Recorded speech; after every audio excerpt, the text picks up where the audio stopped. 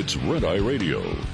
Gary McNamara and Eric Harley talk about everything from politics to social issues and news of the day. Whether you're up late or you're just starting your day, welcome to the show. From the Uniden America Studios, this is Red Eye Radio. Hello and welcome. He is Gary McNamara. I'm Eric Harley. As we move into a Thursday, Gary, how are you? Well, today, maybe not tomorrow, and maybe not in an hour from now, but at the moment, I'm just bored with the same simplistic, insane Democrat narratives on everything. I need something new. I need some new type of insanity. Yeah, something fresh. You know, like when I saw yesterday, okay, there's the protest in New York City for Iran. Yeah. You know what my first thought was? You're late. Where were you? Yeah. Where were you 3 or 4 days ago? What's going on? Right. It should have been. It should have been a week ago. It's like what's going now? And so the Causeheads. By the way, I'm taking that. I'm ripping that off directly from the movie PCU. Which, by the way, I think we all kind of did for the longest time, didn't we? Causeheads. I mean, a lot of people use that. That may have been the catchphrase from the movie, right? Yeah. That really caught fire. Causeheads. Causeheads are the people that just take up every insane issue and, burn it into the ground. And I'll never forget because when they're walking through all the different protests, and I mentioned it yesterday, but it was just so funny. And this goes way back to, what was that, 93, 94 PCU? Yeah. We always have to look this up. Maybe 95? No. 94, yeah. 94. April 94. I mean, it was the perfect role for Jeremy Piven. Yeah, it really was. He was the perfect person for that role, too. I mean, you know what I mean? I mean, yeah, it was. He was absolutely. Yeah. Because he was just, it wasn't that he was driven politically, he was driven party mode. Right. He didn't want to hear about it because he disagreed. It wasn't that he disagreed. He didn't want to hear about it because it was annoying. He wanted to party. But when he's walking with the actor Chris Young, who's coming to the school, to figure out whether he wants to go or not, and he ends up at, they're not a fraternity. It was just their party house. Yeah, pretty much. Yeah, it was their party house, and the character played by Jeremy Piven has to watch over him, and he's just like completely here. I don't want to deal with this guy. But then when he was walking through all the protests, these are the Causeheads.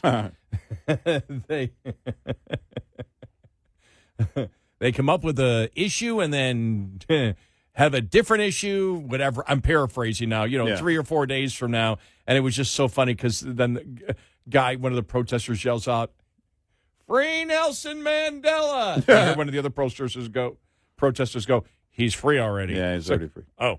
And then, you see what's over there, right there? Oh, yeah, that's women. No. Yeah. They're womenist.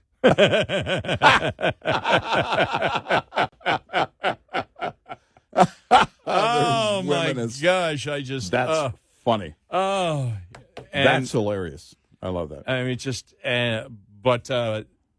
it was just yesterday, just on everything. I was just like, I'm bored today with this. Hopefully I'm not bored with the left. It won't last long because they'll come up with some new, not intelligent wrinkle, but something that is just so incredibly stupid where none of the dots can get collected or can get connected. Well, didn't one of us say, I don't know, I think I said it, I don't know if it was on the air or off the air. Honestly, folks, we're not lying. The show just continues.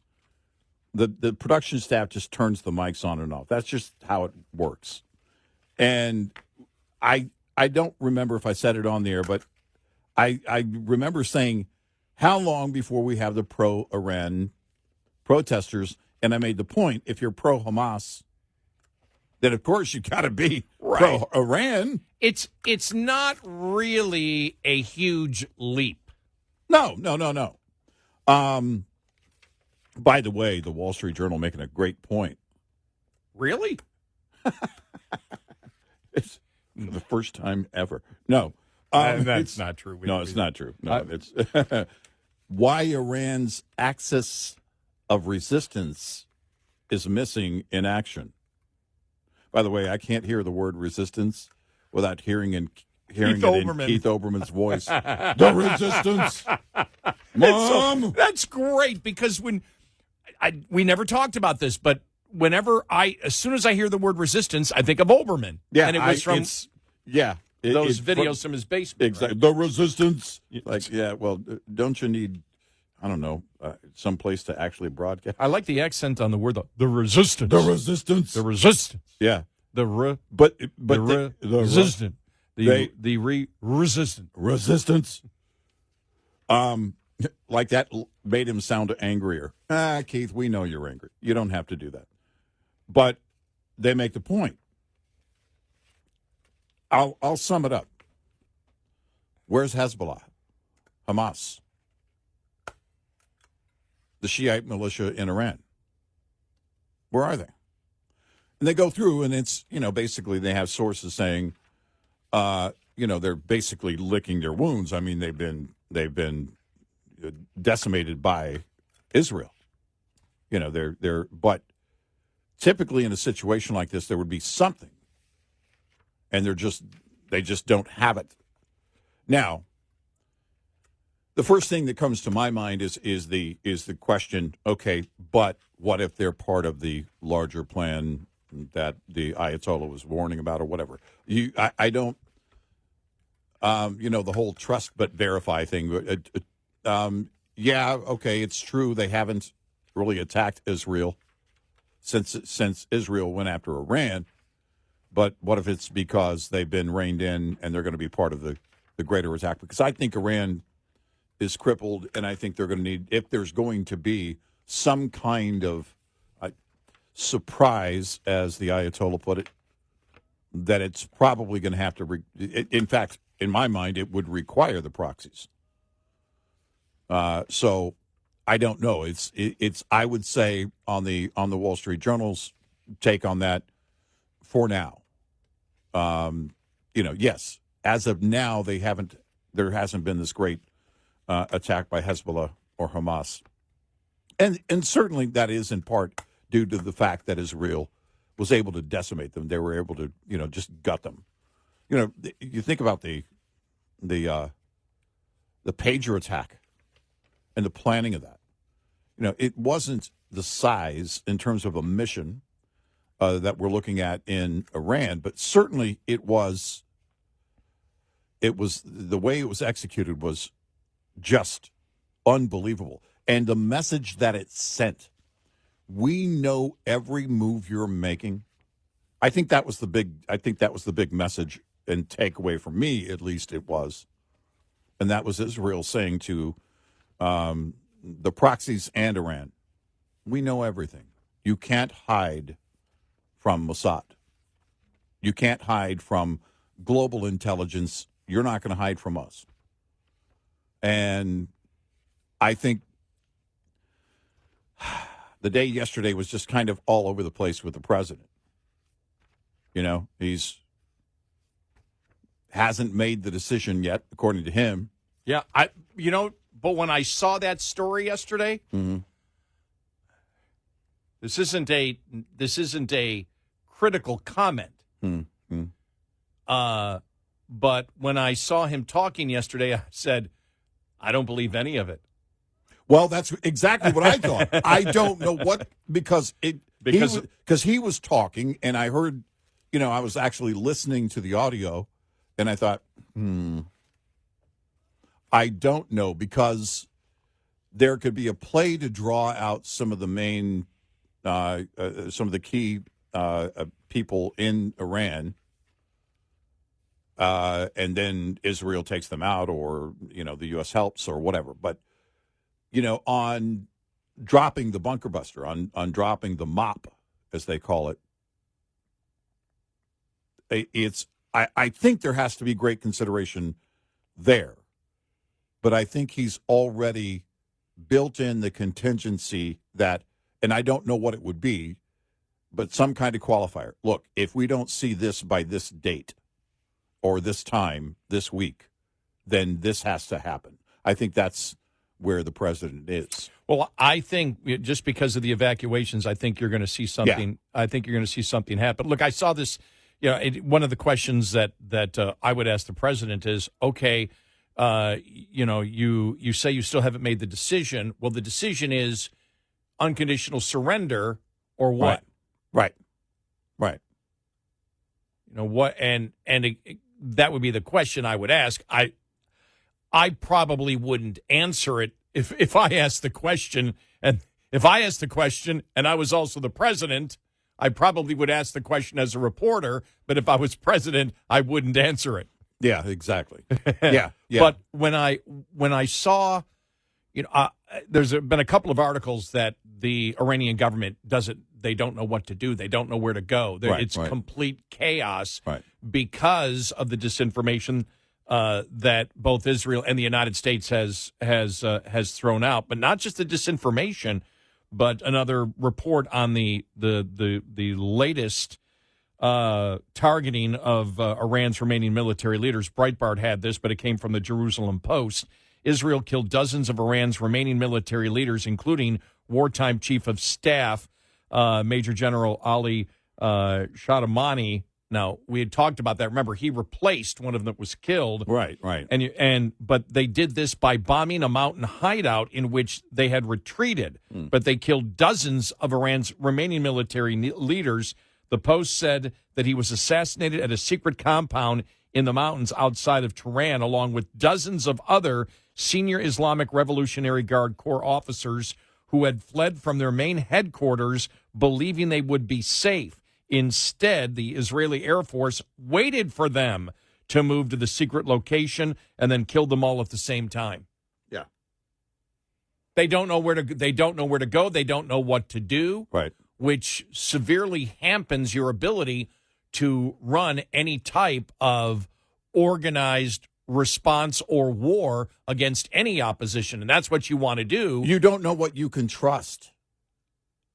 Iran's leadership doesn't know who they can trust, even on the inside right now. Because my question in all of this, I haven't brought it up yet, but I think anybody who's watching this has to wonder, is there anybody close to the top in the military that would cooperate with, I want to be careful how I phrase this, cooperate to the extent, not that they would be pro-Israel, of course, but that they would be pro-overthrow the regime, that they would want to see the regime gone. You have to believe some in the Iranian military want that.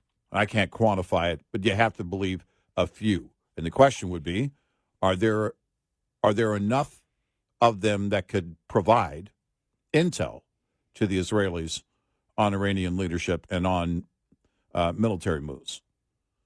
I don't know. I'm not sold that there is. I'm just asking the question. And I really wonder, because again, going back to the pager thing, that was designed, the way that entire mission was executed, it was designed to put a question mark in the minds of Iranian leadership for forever and their proxies forever. You don't know what you can trust. We'll set your pagers off while they're in your pocket and kill you. You had that Israeli general, was it, I can't think of his name right now, Asghari, I think, that disappeared back in 2007 when he was in Turkey. Right, yeah. And the Washington Post saying here on March 8th that Asghari is willingly cooperating with Western intelligence officials and providing information on Hezbollah and its Iranian connections. And so that's just an example of, so don't know how he is involved in this right now, but or forget about him because he's been gone for a while. But what other cooperation are they getting from the inside? I always think of Zero Dark 30. and they talked about how accurate it was. And when you saw the number of CIA operatives over there, one thing I wondered was, is that really true? Are we that embedded in different countries? And if we are, then absolutely Mossad is. Yeah. Right. Without question. And you and I have always asked the question, for example, do we have covert operatives in North Korea? By the way, you said Israeli general. You meant Iranian general. Iranian general. Iranian Yes. general. I'm sorry. A key distinction there. But no, that's... Yes, a very key distinction. We would hope that the Israeli generals are cooperating Gary with doesn't the even Israelis. know. Yeah. Gary doesn't even know the difference between Israel and Iran. Yeah.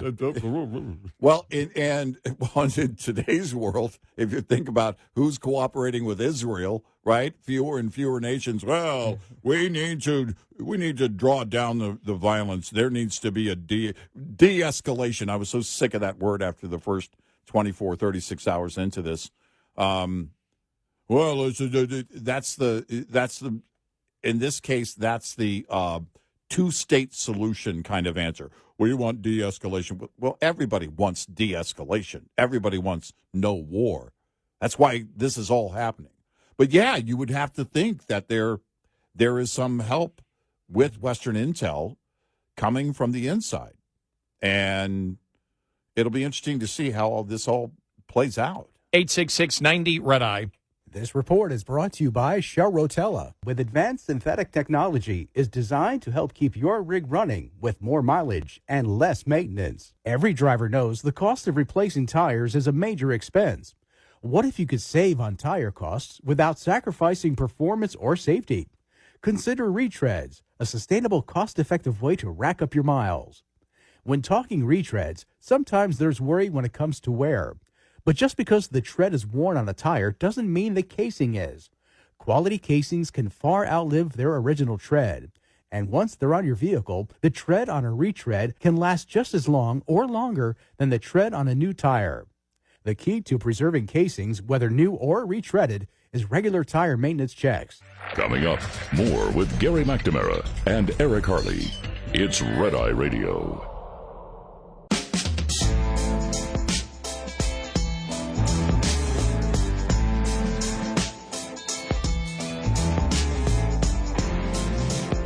It is Red Eye Radio. He is Eric Harley, and I'm Gary McNamara. I will have some audio from The View. They make it too easy. You know what it is? As I said, today I'm just looking at all the different stories, and I went, the left is getting boring. Give me something new. The fact is, if they connect some dots, it can, it could be a little bit of a challenge. Yes. You're like, okay, let me try to follow this. Okay, that makes sense. Well, this doesn't make sense over here. Right. But they can't connect any dots. They don't even care to do it. Because there is no conviction. I mean, they do have convictions, but in how they issue their position, they don't apply their convictions to it. And the reason is because if they truly espoused their radical views completely and fully, to get to the point that they're making, then they would be rejected full stop from everybody. So we'll get to more on the response of what might happen in Iran. There aren't really a lot of different choices. No. Also, the Supreme Court yesterday on the radical transgender movement. Looking at Politico here, not a conservative publication. The appeals court, the Ninth Circuit, appears poised to side with Trump on the National Guard deployment in L.A. Yeah. The Ninth Circuit. Yeah, that's crazy. Wow. We'll get to that and a whole bunch more.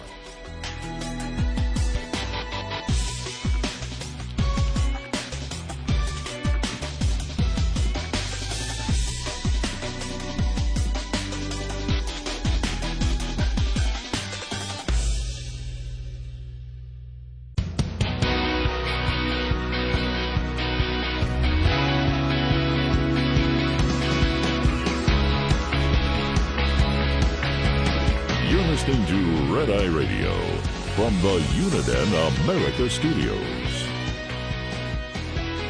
And he is Eric Harley, and I'm Gary McNamara. Good morning. Download our Red Eye Radio app today, and you can listen when and where you choose. All right, you ready for this? All right. Okay. This has no purpose except entertainment. Yeah, exactly. Caitlin Collins from CNN asking Trump a question yesterday. Yeah. All right. Yeah. Here we go. Mr. President, some of the supporters are split on the U.S. response to Who you with? CNN. No. There's a split, Fake though. news. Fortunately, nobody watches. But my question Is is... anybody watching CNN nowadays? I haven't seen it in a long time. Oh, the reality of that, and it's not that none of that is hyperbole. No, it's not. The audience is just gone from CNN. You saw that they're they're looking to, because who did the article? Was it, I don't know, it may have been Wall Street Journal or New York Post. Actually, I have no idea. I can't remember, but it was over the last week or so. And Anderson Cooper's salary, it's, I couldn't believe that. what they say, 18 to 20 million a year. Yeah. I was like, And they said that's basically what they say, $27 per person. In other words, if they were going to, basically they'll break it down. Per viewer. Yeah. So if they were going to break it down and it's strictly his income was pay per view, they'd have to pay $27. And nobody would pay $27 to watch Anderson Cooper. Wow. And, you look at that dynamic of we see it right now. The company that came in and took them over is now bundling the cable part of that company, spinning it off into a separate company. I think it's because they want to put them on the chopping block. I could be wrong about that. But you and I have been doing media stuff for a minute. We've been in the media for at least a few months. And we've seen things like that happen because what they're doing is they're separate because it's losing money. They have a great amount of debt. So when the president did that yesterday, it wasn't like he was just it was hyperbole. It's actually the reality. And I'm thinking if you're that reporter, you're going, oh, that's got to hurt. Because we're not far. You and I always make the joke. Listen, if you're under 90, the band Green Day was around in the 90s. We make the joke that, they're not relevant anymore. Well, we're actually going to get to the point of, I've got to do this. So my oldest granddaughter turned 20 yesterday. I've got to ask her, have you ever deliberately, I got to ask her. She's going on vacation with us here in a couple of weeks. Have you ever deliberately sat down with the intent of watching CNN in your life? She's 20. I'd love to know that. I'm going to ask her that question because there will be a point where you have to explain, where you'll have to say, for those that don't know, CNN was a cable news network, or they may still be around, is a cable news network. Now, John Malone, part of Liberty Media, that was part of that big consolidation group that came in and bought CNN, had said, a couple of years ago, right before that deal closed, he was saying CNN needs to go back to news and do away with all the the bias and the opinion making. And we were like, no, because that's boring. Look, no disrespect to Lynn Russell or Chuck Roberts back in the day with headline news, but it's not that's not the world. You just need to say this is what we do.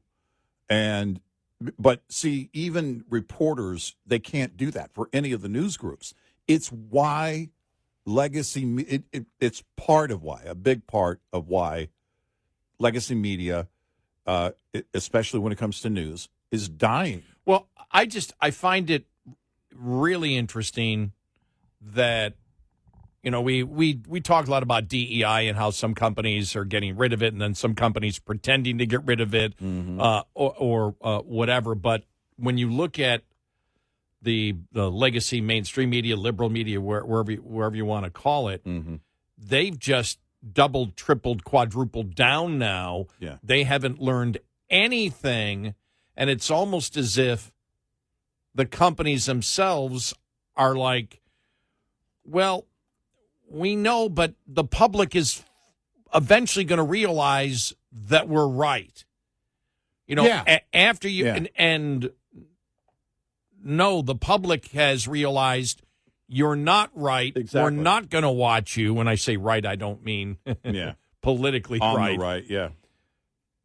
And they just don't. Management doesn't get it. No. Look, if you're a quote talent, end of quote. Yeah, that's what they call us on air people.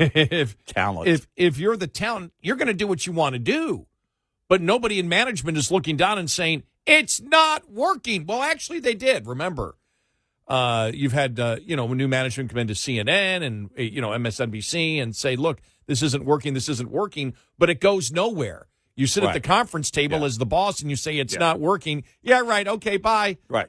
And they continue to do the same thing. I mean, they'll make little changes like we got to get rid of Joy Reid, or Terry Moran has to go, but it doesn't make a difference in how they cover anything.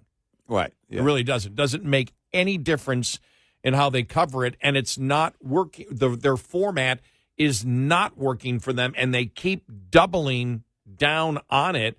And I just find it pretty amazing because when it comes down to it, you're not, well, I can't say this anymore. I was going to say, you're not PBS. Oh, wait a minute, you don't get taxpayer dollars anymore. Yeah. So you've got to raise the funding. You could sell commercials. Sorry, but viewers like you aren't going to cut it. But they're money making. They're supposed to be money making entities out there.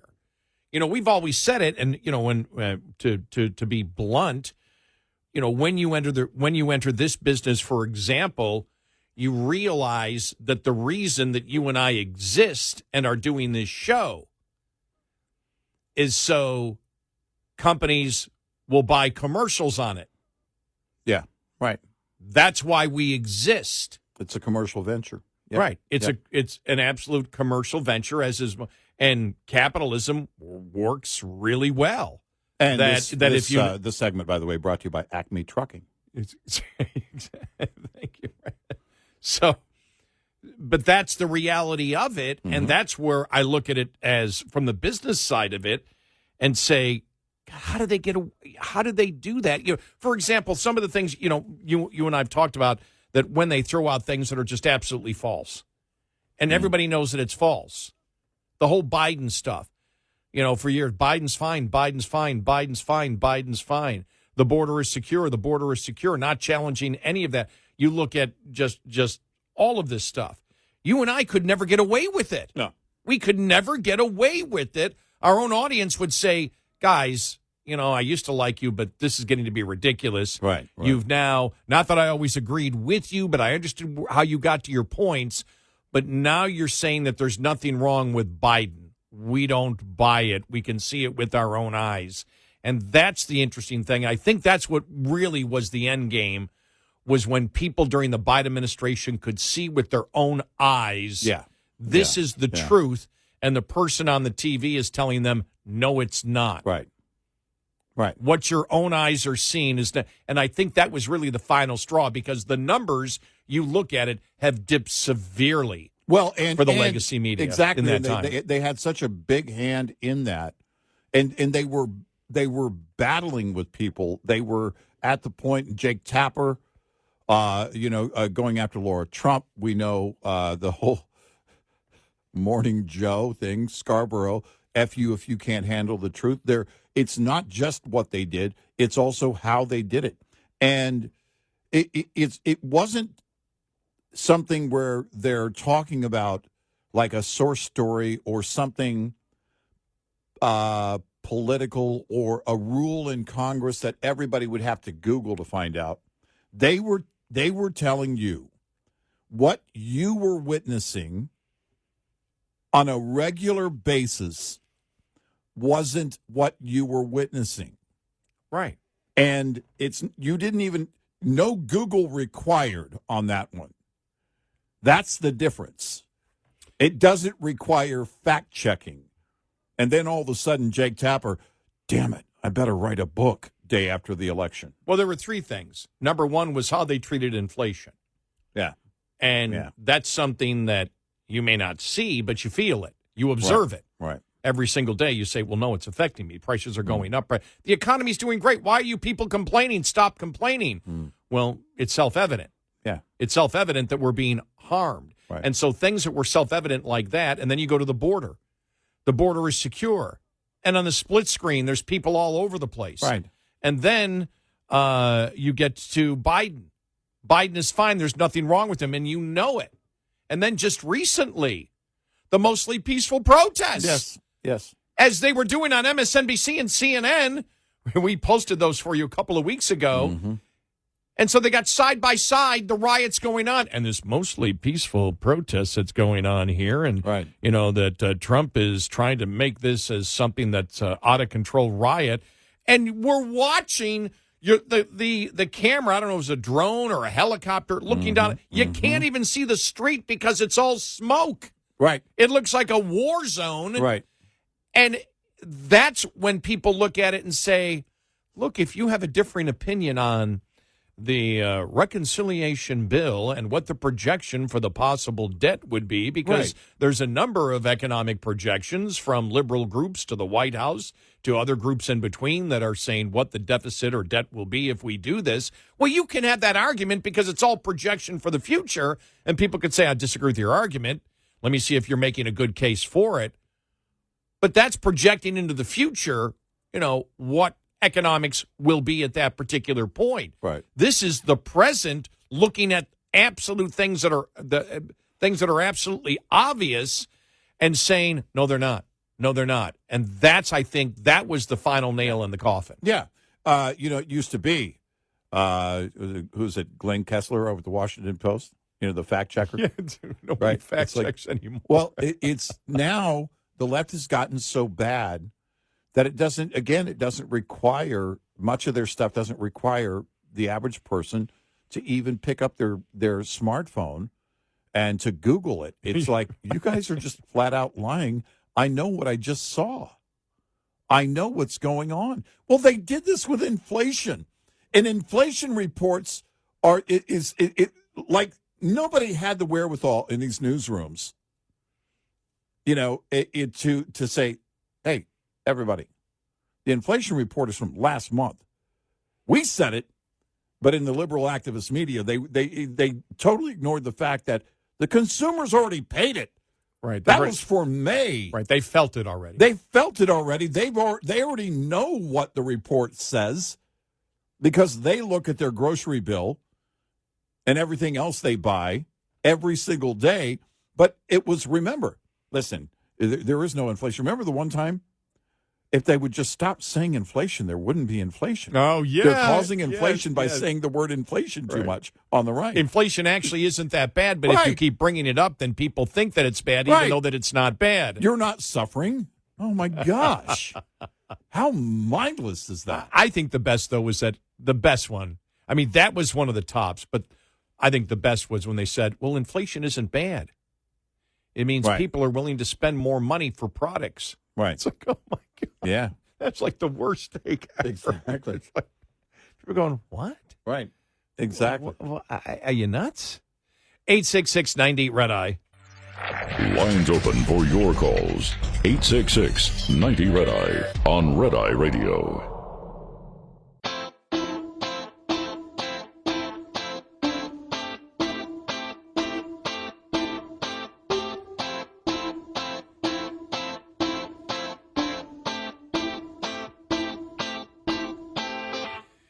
It's Red Eye Radio. He's Eric Harley and I'm Gary McNamara. Welcome and good morning. I'm just reading this headline here. Jerry Nadler waddles into an ice court and is denied entry, threatens legal action. Yeah. Why can't we go in? Remember the story? Who did the story that he smelled? Yeah. Right. It was a major outlet, That I it's think. widely known on Capitol Hill. that he smells. It's like So is Pritzker or Nadler the Penguin? If we're going to... Trump is Batman. Everybody needs to calm down. Trump is Batman. Yes.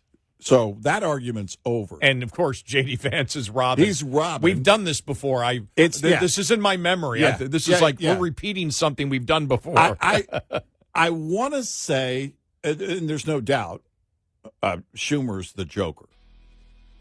Right? And so I have to think it's not Nadler. It's Pritzker. I think Pritzker is the Penguin. Coming up, Whoopi speaks. All right.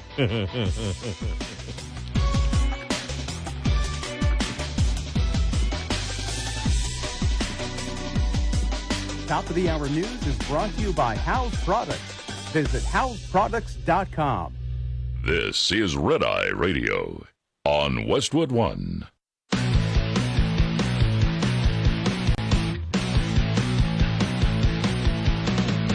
Now, it's Red Eye Radio. Gary McNamara and Eric Harley talk about everything from politics to social issues and news of the day. Whether you're up late or you're just starting your day, welcome to the show. From the Uniden America Studios, this is Red Eye Radio. All across America. He is Eric Harley, and I'm Gary McNamara. Welcome and good morning. Thanks so much for being here this morning. Thank you. Man, so much to cover. You saw in the, we'll get to some of the audio, that in the Senate, they held a hearing on Biden's cognitive abilities. Yeah. And apparently nobody but Durbin, and I think Durbin has to be there because he's a leader of the minority. Right. Nobody on the left showed up at all. Right. Democrats didn't show up. And everybody knows why. You don't want to be caught in this. Look, it's better just not to show. No, it is. It is because and then use some lame excuse like we're not going to do this to a person. He has dignity. It's kind of like the Colonel Jessup thing in A Few Good Men. You know, he has his rights. Well, all right. Let's just talk about the process. You know, of what happens during a presidency and everything else, and talk about decisions that were made, executive orders that were signed. Did the auto pen testify yesterday? I don't know. But it's. I want to hear from Otto. But it is the only play. I said at some point during the Biden presidency that it's not just the Biden thing. It's not just the Biden family. It's not just the administration. It's everybody in the party and the leftist activist media that helped cover it up. They're going to take the heat. By the way, that's the only reason Jake Tapper wrote the book. I've got to jump ahead of this and try and disarm the whole thing for my part in this by writing a book. And then he admits, why would you even say it this way? Well, the day after the election, we started writing the book. Well, yeah, we bet you did. And that's the entire, even though Biden wasn't in on the race, you know, because if Kamala had won, there would be no book by Jake Tapper. That wouldn't have happened. And if it's kind of funny to think if Kamala won, that's funny. But the entire equation inside the Beltway is that everybody knew. We knew that then, and it was just a matter of time before the boom's going to be lowered on everybody because everybody had a part in covering it up on the left. And if you're going to have a hearing, you and I probably would have given that advice to Democrats. You know what? Don't show. Oh, yeah. Protest. Yeah. Make up some stupid protest. Go pull a fire alarm in the hall. Do something. Don't show. Don't show. Yeah, you can't because you get blasted. Now, the Republicans blasting them for not showing because they're not. But the important point is no one is willing to defend Biden. No one is willing to defend what they were saying back then. Right. No one is willing to say the Democratic Party told you the truth. Right. No one is trying to say we told you the truth and the Republicans got it wrong. Right. They just didn't show. Right. I think I do have an audio cut. We'll have it coming up here later on where Durbin tries to make the case that the person with the cognitive problems is Trump. But but then again, remember, Durbin is also the one that compared U.S. troops to the mass genocidal murder Pol Pot.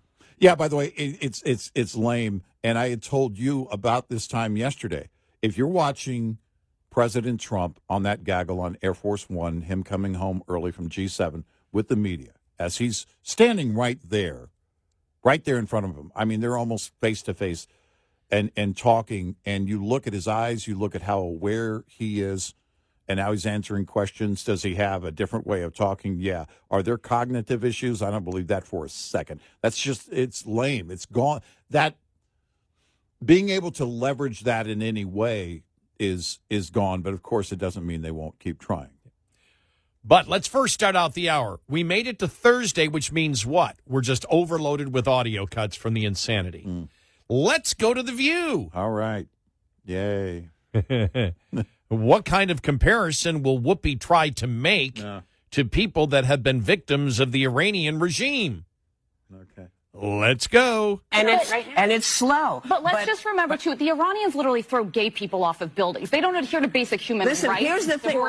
Let's not do that, because if we start with that, we have been known in this country to tie gay folks to the car. Where the Iranian regime is today in 2025 is nothing. Okay, we're going to stop there just because of the look in Eric's face right now.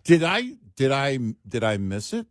They're clapping. It's like I know. No, they are. It's like where an administration tied someone who was gay to a car. Right. Where the government was involved, and when did that happen? Where it was essentially official policy? Is there hatred? Yeah. Hatred exists, and also exists on the left, Whoopi. I know you don't want to hear that, but hatred exists all over. We're talking about institutionalized bigotry, hatred, and policy. And there's a clear difference, and that was a lame point. You know, the best thing was sitting over here, and I'm playing it, and I'm like, all of a sudden I look over my computer, and all I can see is your eyes, because they're wide open. I'm like, okay, it's time to stop this audio cut. As I'm listening to it, I'm scanning the Tennessee case for SCOTUS. I'm scanning it, and I'm just listening to it, and my eyes are scanning, and then all of a sudden it was like, what? I turned my head. You're right. There was a turn of the head and the eyes. Like, what the hell are you playing over there? You know when a dog turns their head sideways. It's that. It was that. It was a load of garbage. All right, let's continue it. Okay, here we go. Right. Now, by the way, I've always said the View, they actually made some good points yesterday, though. But so much of the View, as I've stated before, is not how conservative women that I know argue. Right. Yeah. And I've said this many times before. The View gives the impression that women are emotional idiots. Yeah. That don't know how to fact check, base their opinion on emotion. What I call the incorrect stereotype of women, because the women I know aren't like that. Now, if you want to look at a demographic and say they're all guilty of something, it should be that whenever a woman says, does the dress make me look fat, you do not answer. You change the other than that. I believe in the truth. but they give the women that I deal with every day are critical thinking human beings. Now, the majority are much more conservative.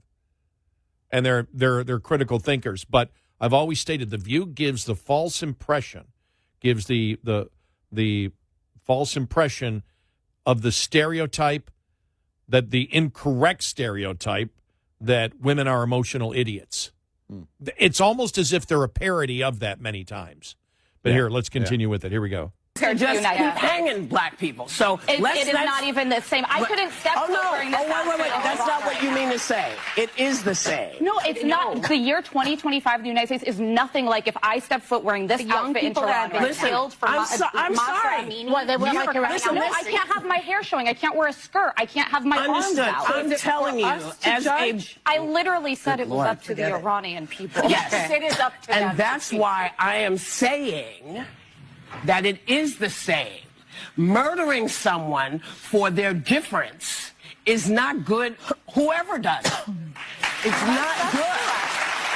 So that's why I said... Wow, she came out against murder just like we have on Red Eye. Let's continue this here. You weren't saying what I heard was not what you meant. I think it's very different to live in the United States in 2025 than it is to live in Iran. Not if you're black. Not for everybody. That's absolutely a lie. That's a lie. That's an absolute lie. I mean, it's so full of manure. Yeah. It's a lie. It's an absolute complete lie. And total ignorance as to, boy, I would love to get my two friends from Iran to have a discussion with her. Yeah, my friend who told me... who left? A friend of mine who told me that he was going back for the first time in years. And he said, I have to take 2 passports. I have to. And his family is here, but now his extended family is there, but his family is here. And he said, I have to make it back home to the United States. The young woman that I know, and she came because her grandparents were here, and she came at 18. She had a very small window of opportunity. Yeah. And came here. And I asked her, I said, will you go back? She goes, no, I can't take the chance of going back, because I became an American citizen. Well, my friend was very nervous about this, but he had to go see his ailing mother, and he felt, I'm compelled. I have to go. And you could tell the look on his face. The look on it was a casual conversation, and until that moment, it was just a normal casual conversation. And the look on his face was sheer terror. And I just thought to myself, my gosh, I can't imagine.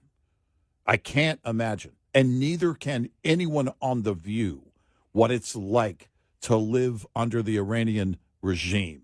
This garbage that it's just like the United States. By the way, this is what many on the left believe. The United States is the worst place to live. Oh, Ilhan Omar.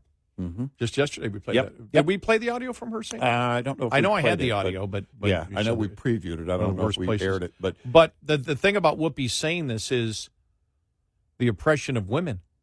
Yeah. I haven't talked to her probably in 8-9 years. Mm-hmm. But she came over and she was 18, probably around 30 now, I guess she would be. But she was like, the oppression of women over there. She goes, that's why there was no choice. I had the opportunity to get out. I got out. Mm-hmm. And she said, because, the oppression of women are absolute second-class citizens. And for Whoopi, but then again, the fact that they've all Whoopi's jumped on the radical transgender movement and believe that men should be able to play women's sports and women shouldn't have opportunities. Whether she's a self-misogynist or not, I don't know. But the fact that there's no recognition, or the fact that they have no idea of the oppression that goes on in Islamic radical regimes across the world. The fact that she has no idea, and she compares it to, and remember, we're talking about institutionalized government oppression of the people. Not that the fact that there aren't racist people in the United States. We know there are, because the Democratic Party practices identity politics where they judge people by groups and not individuals. So is it institutionalized, and has it been normalized in a major political party? Yes, the Democratic Party. But do most people buy in to the identity politics of what the Democrats are selling? No. In fact, that's why there's been such a pushback over the last couple of years on it, because Americans aren't, vast majority of Americans are not racist. Right. But a significant portion of the Democratic Party in Congress and its media followers are. Yeah. They are. They practice identity politics. They are racist. They judge people by groups and not individuals, and they don't have the ability to look and say, well, an individual in a free society hating someone is wrong, but it's a completely different ballgame than it coming institutionalized from a authoritarian government. Exactly. Completely different. And the fact that she can't recognize that, did you see she's putting her head in her hands like Whoopi, like, I just can't handle this. I just can't. Right. Don't you know how oppressed I am? Right. You're making millions of dollars. You have been for decades, you have been a leading actress. Mm-hmm. You've been on The View. Yep. You've made millions and millions of dollars. Yep. And without fear, except for your own company and lawyers, because you don't tell the truth. Right. And so have to get the legal notices, the legal letter, whatever. Mm-hmm. Mm-hmm. You go on and you promote whatever you believe. Right. You'd be dead if you did that in Iran. Right. You would not be here, Whoopi Goldberg. You'd be dead. And the fact that she refuses to recognize what the truth is not surprising, but it is reprehensible. Yes, it is. But it's exactly, again, they need you to live they need to live in identity politics. They need to also make everyone believe that they themselves, as individuals, are victims. Yep. Yep. She's still a victim. She's still a victim. 866-90-RED-EYE. Brought to you by FPPF, Fuel Power Max. Just because idling is common doesn't make it smart. Idling a diesel uses about a gallon of fuel per hour, which can cost you about $180 per week at $4.50 per gallon if your truck idles 8 hours a day. Idling easily can cost you a few thousand more in fuel alone per year, not including the added engine maintenance expense that results from excessive idling, harder on your truck's engine than highway driving. In addition to operating costs, many governments impose no idling laws and regulations with fines as high as $25,000. Instead, there are many alternatives: an extra blanket for cold temperatures, window screens for when the weather is warm, bunk heaters, and various auxiliary power unit options abound in this day and age too, many powered just by batteries. Otherwise, diesel and gas gensets burn far less fuel than your truck's engine. Research options to find your fit. Owner-Operator Business 101 is provided by Overdrive's Partners in Business program. Go to overdriveonline.com to the Partners in Business section of the website for more details on this and many other topics. Brought to you by Shell Rotella. With advanced synthetic technology is designed to help keep your rig running with more mileage and less maintenance. Get in touch with Red Eye Radio, toll free at 866-90-RED-EYE.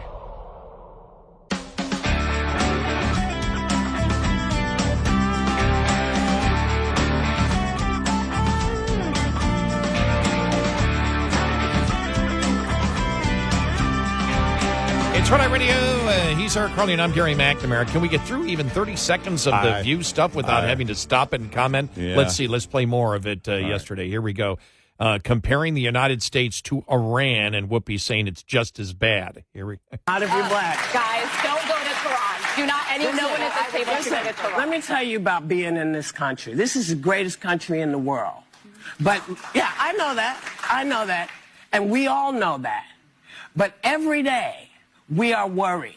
Do we have to be worried about our kids? Are our kids going to get shot because they're running through somebody's neighborhood? They are not big deals, and I don't mean to say that. Okay, as you can tell, she's just changing the topic completely. Exactly. Yeah. One has nothing to do with the other at all. Yeah, that's the other tactic. Right. It's a diversion tactic. And I've said it, I don't know how many times over the years, if you start on a false premise, everything that follows sounds logical, but it's still based on that false premise, so it's wrong. And that's what they do with diversions. They jump, and it sounds like they're, that they're in the mode of arguing the point, but of course they're not, because they jumped. And once they jump off and go down a different road, that's the only thing they can do. We talked about earlier of the, back in the day when in the media, you could go, okay, well, they made this point, or the left in general, they made this point, and now we can, all right, I see how they got there. Now let me work on defeating their point. It required a little bit of work. Now they quit trying a long time ago. I don't know that they quit trying. I just don't think they have the mindset to actually make the argument. As long as emotion is ruling the day, they can use that and cry, and a crying child gets all the attention, and nobody wants to address it. We do.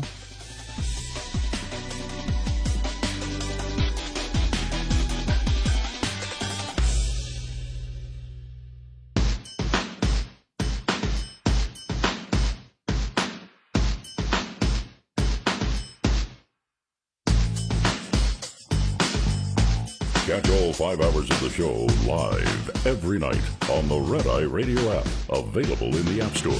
Red Eye Radio. And he is Eric Harley, and I'm Gary McNamara. All right, so I'm reading this from Politico, not a conservative media outlet. Appeals court seems poised to side with Trump on National Guard deployment in L.A. A federal appeals court appears poised to permit President Donald Trump's deployment of National Guard troops in Los Angeles to continue uninterrupted, despite protests from California Governor Gavin Newsom.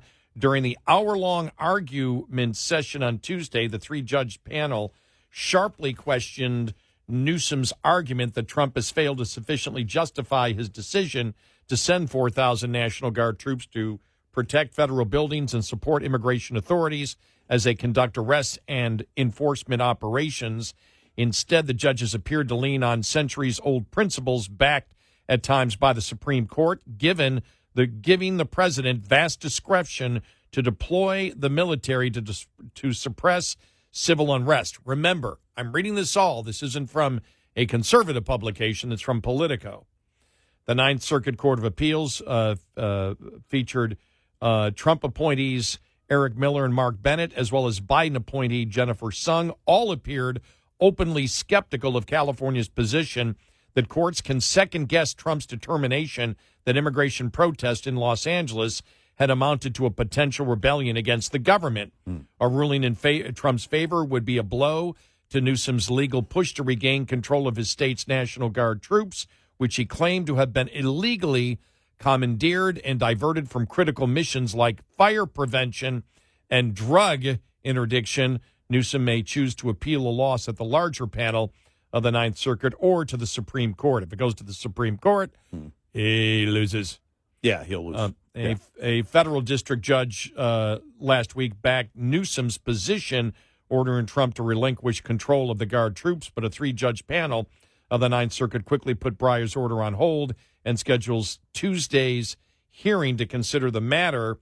Though the 3 judges did not officially rule on the matter Tuesday, their leanings were apparent from the start. They noted legal precedent as far back as 1827, in which courts have agreed they have little to no role in examining the validity of a presidential determination on matters of rebellion and unrest. The Supreme Court precedent in the case, known as Martin versus Mott, found that the president is exclusively vested with the power to call up military forces to suppress unrest, and that his decision is conclusive upon all other persons.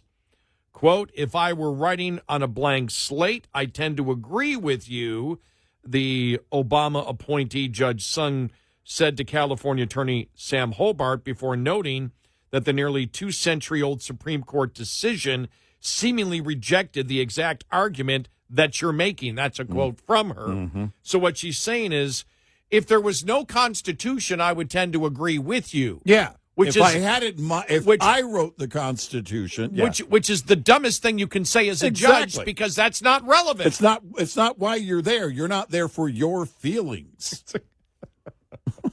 Look, I hate Trump, so anything he did, I would say is wrong if there was a blank slate, meaning the Constitution, no Constitution existed, no law existed. Well, I mean, no current law existed. Yeah. So what she's saying is, if I was the dictator, well, it's especially with the Ninth Circuit, they could just have a standard form on, at least right now during Trump's second term, that in all their decisions that starts with, whereas we all hate Trump, because it's not your personal feelings. if I were writing on a blank slate, I would tend to agree with you. A blank slate. But the Constitution gets in the way. Well, no, I mean, it goes back to John Kerry. The Constitution is blocking our agenda, damn it. Right. Even at the Ninth Circuit. Well, listen, we didn't have this stupid thing. What do they call it? A Constitution?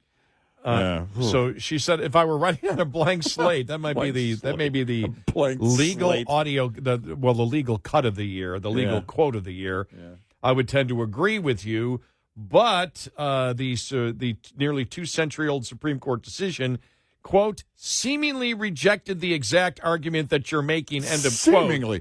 quote. It appears she questioned the attorney, pointing twice more and notably asking no questions to the Justice Department's lawyer. Harbord said Newsom and other officials were not dismissing the seriousness of the unrest in Los Angeles, but the situation was far from requiring the military.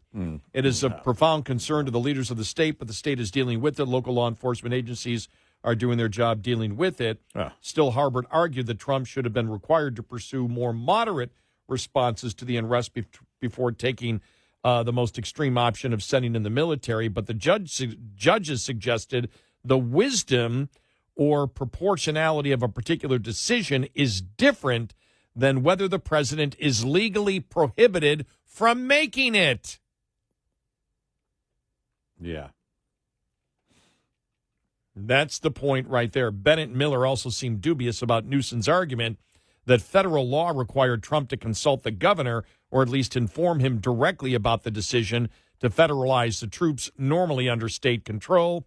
Bennett noted that the federal law Trump invoked requires ordering activating the National Guard to be issued through the governor, but the judge suggested that was different than demanding that the president engage in a back and forth to get the approval from the state's top official.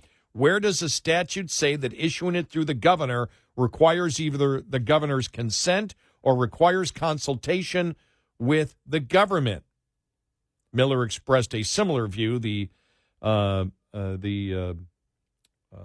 Newsom's lawyer insisted that what Trump actually did, sending the orders through the general who oversees California National Guard rather through Newsom's office, raised very serious constitutional questions that risked blurring the lines of political accountability.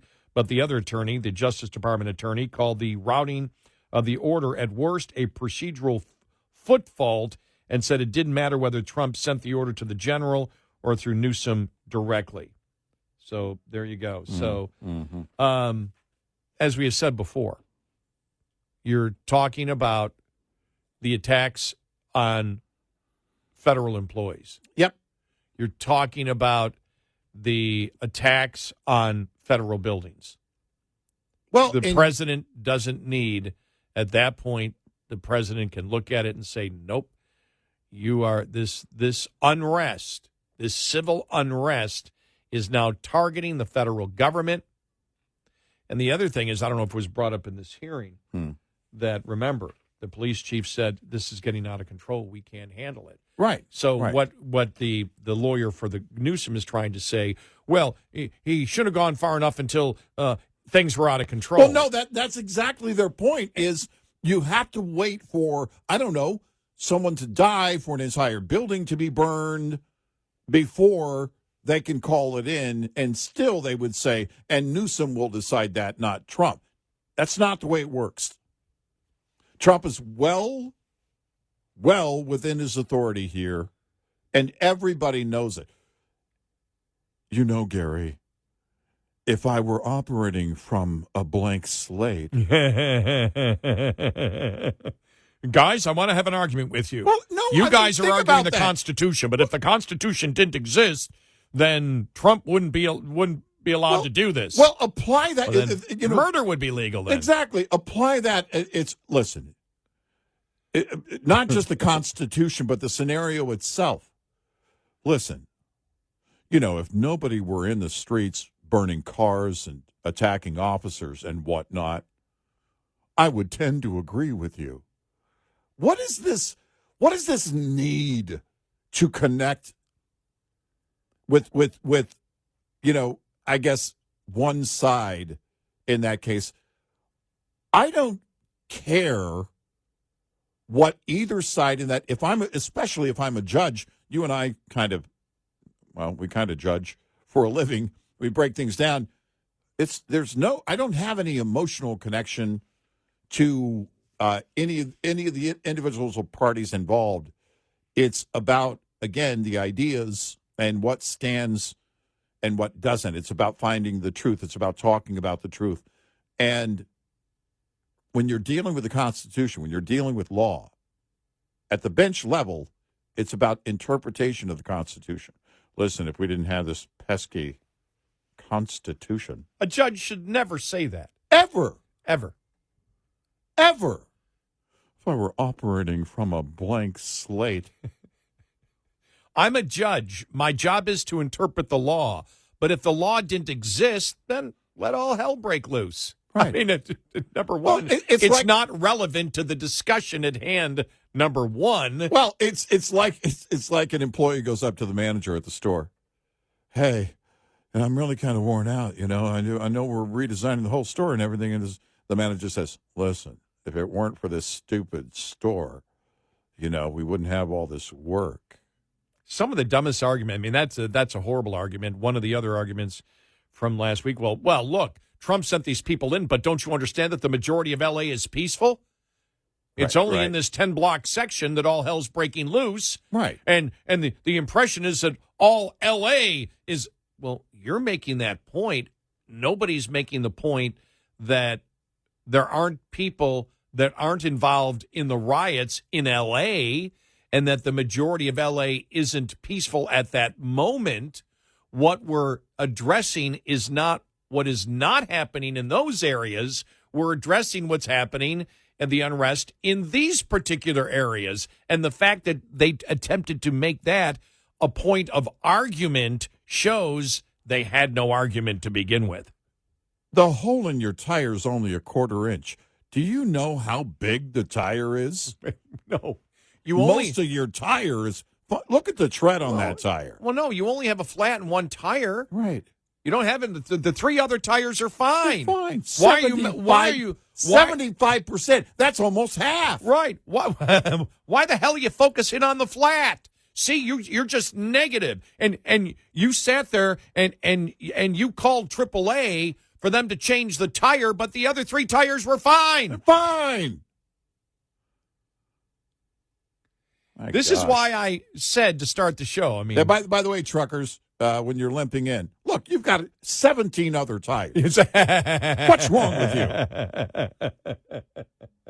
That's why I said, it's getting so dumb. That's why I started the show saying yesterday, for a short period of time, I got really bored with the left's debate points. Yeah, exactly. It's like, give me something new. Well, no, it really is. It's like, oh, man, I got to get out of bed for this. Damn, if they weren't paying me, I wouldn't show up tonight because the left is boring me. Yeah. My wife, honey, the toilet in the front bathroom won't flush. And I'm like, how much of a problem is this exactly? Is it working upstairs? Yeah, right. We're not going to bother with it for a month. Exactly. Don't we have others? Close the door. Put a out of order sign or something on. We can work around this. But that's the mindset of the left. They feel like they have to connect. Hey, I'm one of you. Yeah, you're right. But I'm bound by the law. Right. This stupid law. My gosh, I can't believe. I agree with you that the way What it should be is the fact that the law should exist for everyone except Trump. Well, again, that's it. It's, especially at the Ninth Circuit with, some of the judges, there should just be a standard form where everything starts with, whereas we hate Trump. And just go from there. 866-90-RED-EYE. Coming up, more with Gary McNamara and Eric Harley. It's Red Eye Radio.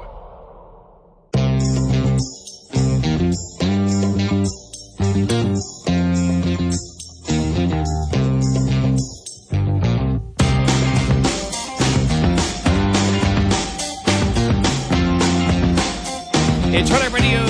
He's Eric Harley, and I'm Gary McNamara. Breaking news out of Israel. The largest hospital in southern Israel was bombed by Iran during a major missile barrage Thursday morning. Fox News reporting that Soroka Hospital in southern Israel took a direct hit from an Iranian ballistic missile. The hospital suffered significant damage, according to Israel's National Emergency Medical Organization. As many as 25 people were wounded, with at least one severe injury. Another 3 sites in Israel were also impacted by Iran's missile attack. At least 25 missiles were launched in the attack. The missile barrage came after Iranian state television said Israel struck Iran's Arak heavy water reactor. Israel had warned earlier Thursday morning it would attack the facility and urged the public to flee the area. An urgent search and rescue effort also was underway in Tel Aviv on Thursday morning after Iran unleashed a large missile barrage on Israel. A high-rise apartment building in Tel Aviv was hit by separate Iranian strikes, among other locations in central Israel, according to the AP.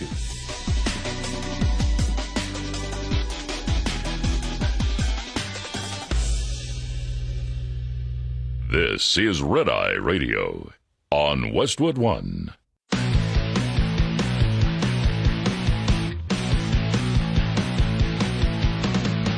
Now, it's Red Eye Radio. Gary McNamara and Eric Harley talk about everything from politics to social issues and news of the day. Whether you're up late or you're just starting your day, welcome to the show. From the Uniden America Studios, this is Red Eye Radio. All across the USA, we are Red Eye Radio. He is Eric Harley, and I'm Gary McNamara. Good morning. Are we operating from a clean slate yet? We're going to do the show today as if the Constitution didn't exist and the law could be whatever we wanted it to be. Listen, if there were no Democrats in existence and we were operating from a clean slate, I would tend to agree with you. What is that? If you just what does tuned that in, even mean? If you just tuned in, we're just having fun with the judge on the Ninth Circuit that said that about where they all seem to favor that Trump has the ability to bring in National Guard troops, and Newsom was wrong. And she said, well, if there was a clean slate, I would tend to agree with you, which would be Newsom's lawyer, which means if there was no Constitution, if there was no law, I'd agree with you. Well, that's meaningless. Mm-hmm. It's like, be quiet. It doesn't mean anything. But we're just having fun with that. But I just happened, before we get to some of the breaking news from Israel and the Iran missile attack, I just happened to see this from the Spectator World from the UK. Why Democrats back the wrong side of the 80-20 issues? Because they favor the issues, and Trump has used them to trap the party. Yeah, it's like duh. And then just the first couple of sentences, 80-20 issues have become the catchphrase recently. Most voters on those issues favor one policy by overwhelming margins or oppose the other. The winning side may poll anywhere between 60 and 90%, depending on the issue, but they are all conveniently grouped under the same label of 80-20, even though we have used 97-3 once in a while. The lopsided issues have 3 striking features. First, there seem to be more and more of them, especially on contentious social issues and law enforcement. Second, the same constituency that supports the 20% side of one issue frequently supports the 20% side on the other issues. Frequently, they always do. I can't tell you what the third one is because there's a paywall. That's funny. That's hilarious. But I didn't need to go. I didn't need to go there. I just need to go to the second one there, or really the first one that says,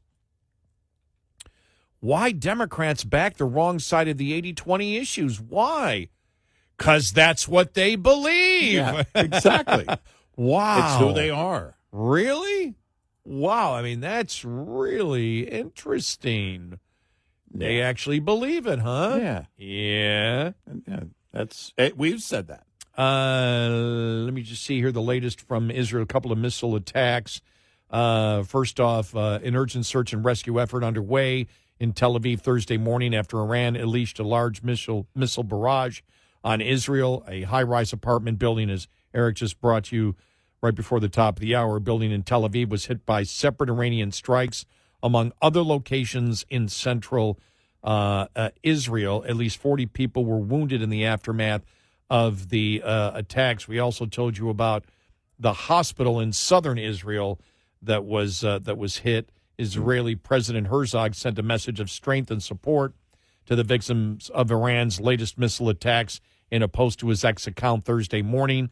Quote, "A baby in intensive care, a mother by their bedside, a doctor rushing between beds, an elderly resident in a nursing home. These were some of the targets of Iran's missile attack on Israeli civilians this morning." That's a quote Herzog shared on X, along with an image of the Soroka hospital, which was struck by Iran during a major missile barrage on Thursday morning. Benjamin Netanyahu posting about an hour ago on X. This morning, Iran's terrorist tyrants launched missiles at Soroka Hospital in Beersheba and at a civilian population in central Israel. "We will exact the full price from the tyrants in Tehran." Again, Benjamin Netanyahu on X about an hour ago. It's interesting. I at the beginning of the show talking about Wall Street Journal, and they had an interesting story about essentially, in the name of the story, why Iran's axis of resistance is missing in action. And they talk about Hezbollah and Hamas, and in Iraq, the Iranian-backed Shiite militias. And Israel has done, I mean, the gist of the story is Israel's done a lot of damage to those proxies. They've done a lot of damage to Iran. And the fact that you're not seeing that great presence or activity from those proxies tells you, if you ever had any question, that Iran is backing them fully, and Iran is likely on its knees. Yes, these latest missile attacks are certainly effective, and they're certainly causing damage, but they are limited in what they're going to be able to do. They are going to be at some point running out of missiles. The question now is what happens with President Trump, what happens with the U.S. and our involvement. The president yesterday kind of trying to be, I think, as vague as he could be and keep everybody guessing. But I have no doubt in my mind that the president is likely set the contingency saying, okay, when this happens, we're going to do this. Or if this happens, and that there's a qualifier or a time or at some level, the president knows, all right, that's when the B-2 goes in. That's when we're going to have to take out. If he's actually extending them a little bit more time to come out and surrender, I'd be surprised. But everything points to, and what's interesting here is that we've heard it. The Israeli prime minister to, not prime minister, but the Israeli ambassador to the U.S. the other day talking about, well, when the dust settles Thursday night into Friday morning, then it'll make the pager mission, look like nothing. The pager mission from last fall, the attack on Hezbollah. Well, all right. If that's already in the works, very interesting that they're talking about it ahead of time. I think Iran still wouldn't be able to, guess, even get close to what, if it is highly sophisticated, what Israel may be up to. But there's no doubt Iran knows and has to believe that there's a pending attack, and it may even be imminent from the U.S. with the B-2 going after the Fordo plant. Well, when I saw this, I mean, not surprised.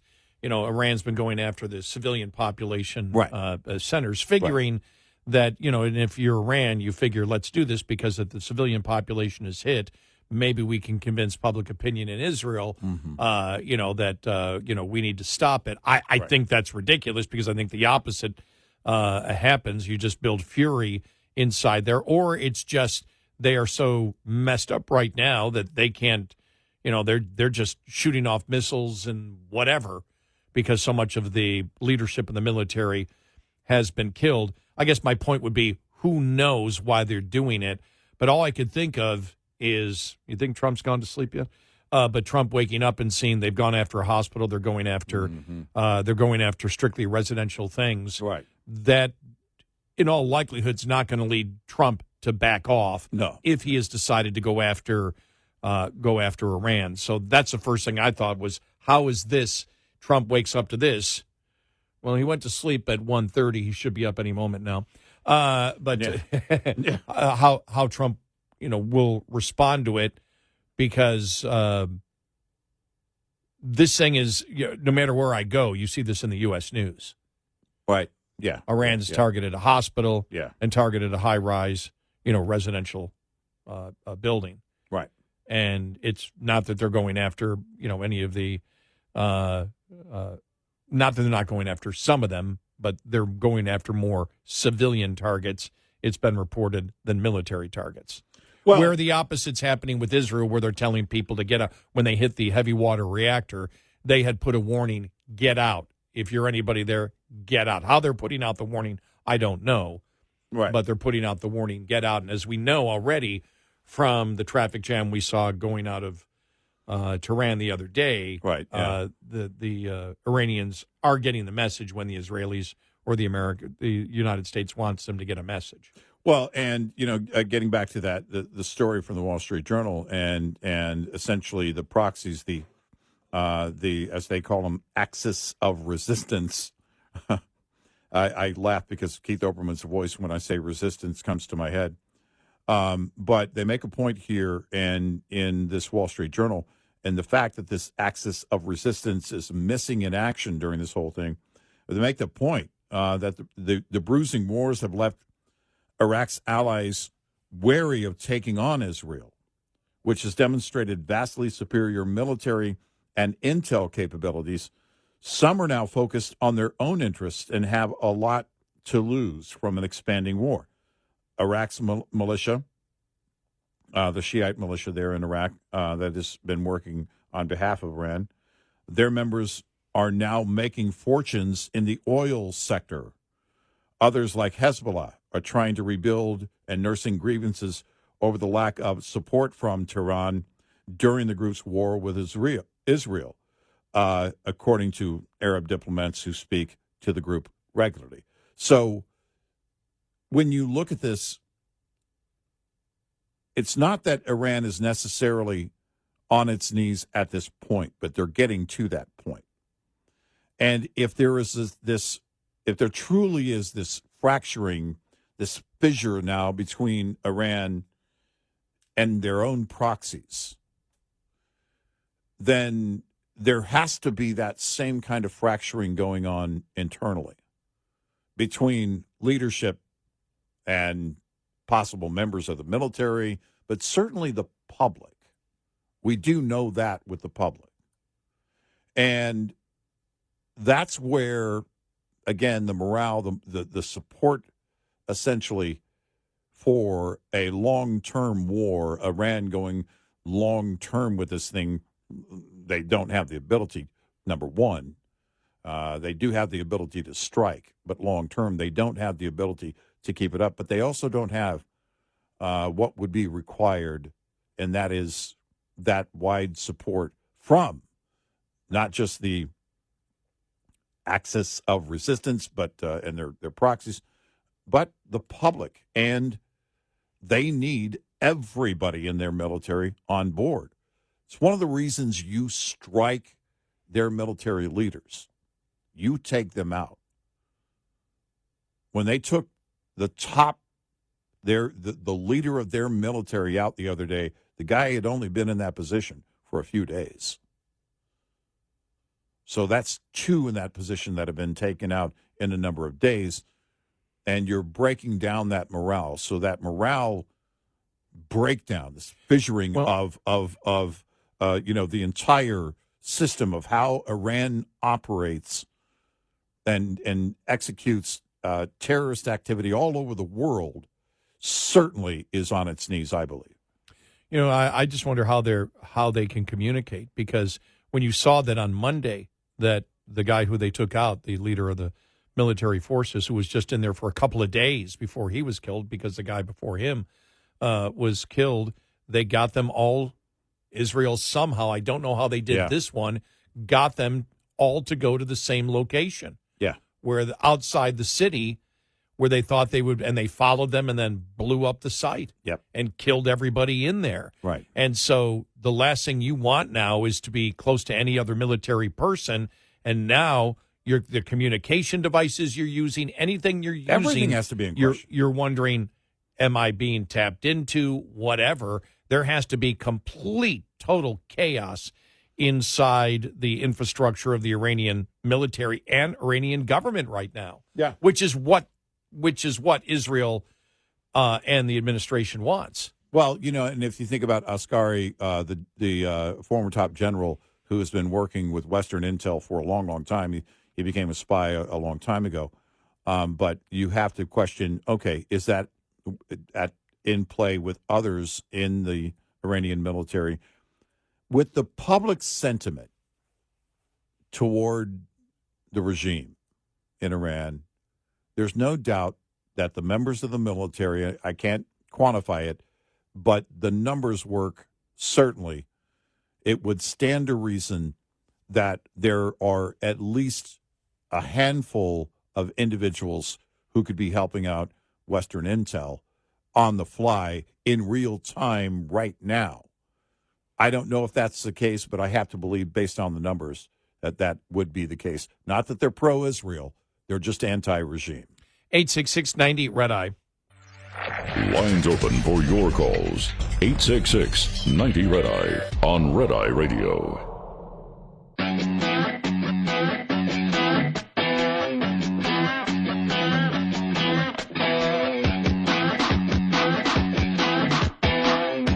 It's we. We're not it's, we're we. We are Red Eye Radio. He is Eric Harley, and I'm Gary McNamara. We're not it's. That's the incorrect pronoun. Mm-hmm. We are we. Yeah, we are. It's true. We are we, not it's. No. But more breaking news, this time from the other side. The Israeli Defense Forces announced this morning it struck key sites connected to Iran's nuclear weapons and missile programs. These facilities fuel Iran's drive for nuclear weapons and its attacks on Israeli civilians. The IDF wrote on X. Yeah. The wars are being fought on X now. Well, the Ayatollah has an X page. I know. The sites included a nuclear weapons development site near the city of Natanz, and an active nuclear reactor in the city of Iraq, radar systems and missile storage sites, and ballistic missile and air defense production facilities. According to the IDF will continue operating to eliminate threats and defend the state of Israel, the armed forces of Israel wrote. That's from Fox News from 12 minutes ago. Yeah. You hit the Netanyahu thing where Netanyahu said Israel will exact the full price from Iran following the strikes on civilians. And so that's Iran hitting an Israeli hospital and also an apartment complex. Right. Apparently. Well, a residential complex. I don't know if it's apartments or condos or whatever. But yeah, it's and search and rescue underway as we speak there.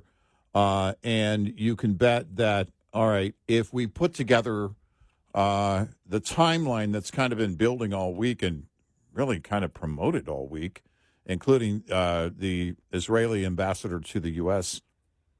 Pointing to Thursday into Friday, and then the president repeating that this week is going to be big, this week is going to be big, something's going to happen, then here we are. It's Thursday. And so over the next 24 to 48 hours, I think there are going to be some very big moves, just simply because we've been told that's going to be the case. And we will find out. Certainly there will be an answer to the question, is the U.S. going to be involved directly? Israel's defense minister, this from CNN, said he and the prime minister have instructed the Israeli military to, quote, intensify strikes against strategic targets in Iran after Iran launched its latest wave of ballistic missiles at cities across Israel this morning. The cowardly Iranian dictator sits deep inside his fortified bunker and launches deliberate attacks on hospitals and residential buildings in Israel, the defense minister said in a statement shared by the defense ministry, referring to Iran's supreme leader. So we'll have the latest on that coming up.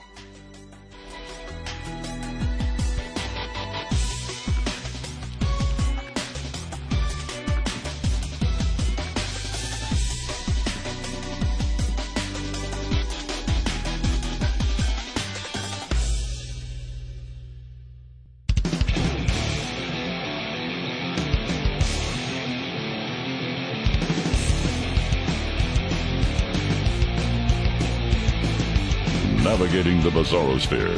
Every night, Eric Harley and Gary McNamara. Red Eye Radio.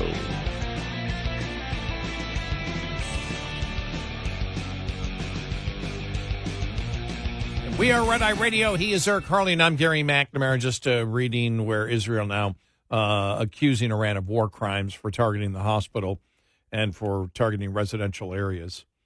If you just tuned in right now, breaking news, Iran strikes major Israeli hospital and also a residential building. They said, 5 or 6 or 7 of the missiles got through? Yes.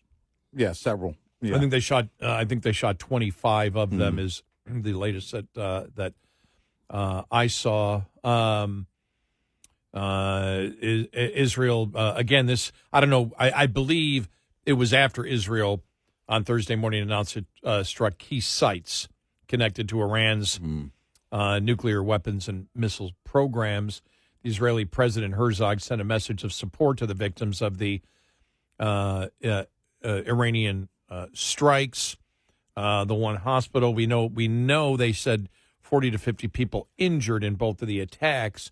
We have nothing on any deaths at all. The Associated Press is reporting that the Israeli strike on the water reactor, the Arak heavy water reactor in Iran, appeared to be a retaliatory strike after Iran hit the largest hospital in southern Israel. Okay. So I know that, obviously we do know that the back and forth, this is basically how it works. The question would be, how does this play into now the plan? Does it ramp up the plan, move up the plan, whatever the plan was going to be for Thursday into Friday? Again, the timeline being set by the president, the Israeli ambassador to the U.S. earlier this week. Everything points to Thursday and Friday. And here we are, Thursday. And it could be that it's all, and I think it would be, in fact, if it is the case that the president has yet to decide and actually given the order for the B-2 to deliver those bunker busters. That's what hasn't happened yet, and it's the official green light isn't in place. So we don't know that, but that could be what I guess everybody's anticipating or waiting on.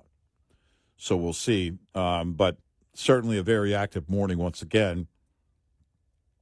It will also be interesting to see if the president will address the American people. I would have to believe that there will be an address once he's made the decision. I don't know what that looks like if you do a primetime address. I don't think probably do it after the fact. Yes, after. Yeah, that's what I was going with. Right. But you would typically see it after the fact. That this is, and it could be that he steps up to a podium, kind of like the night that then President Obama announced the killing of Osama bin Laden. You're going to make that announcement after the mission is done, and so I guess we'll see how all that plays out. But the entire timeline has been put into motion here. It's been in place all week. The president yesterday still was saying it's going to be something big is going to happen. Something big is going to happen. No one has really countered that. There's no one else even entertaining the idea at all of some kind of sit down. The president, in the way that he talks, like yesterday, he was essentially saying, look, they don't want to talk. And, and I'm telling him, look, I'd love to talk. Well, that is more about him vetting, right? Just like he did with North Korea.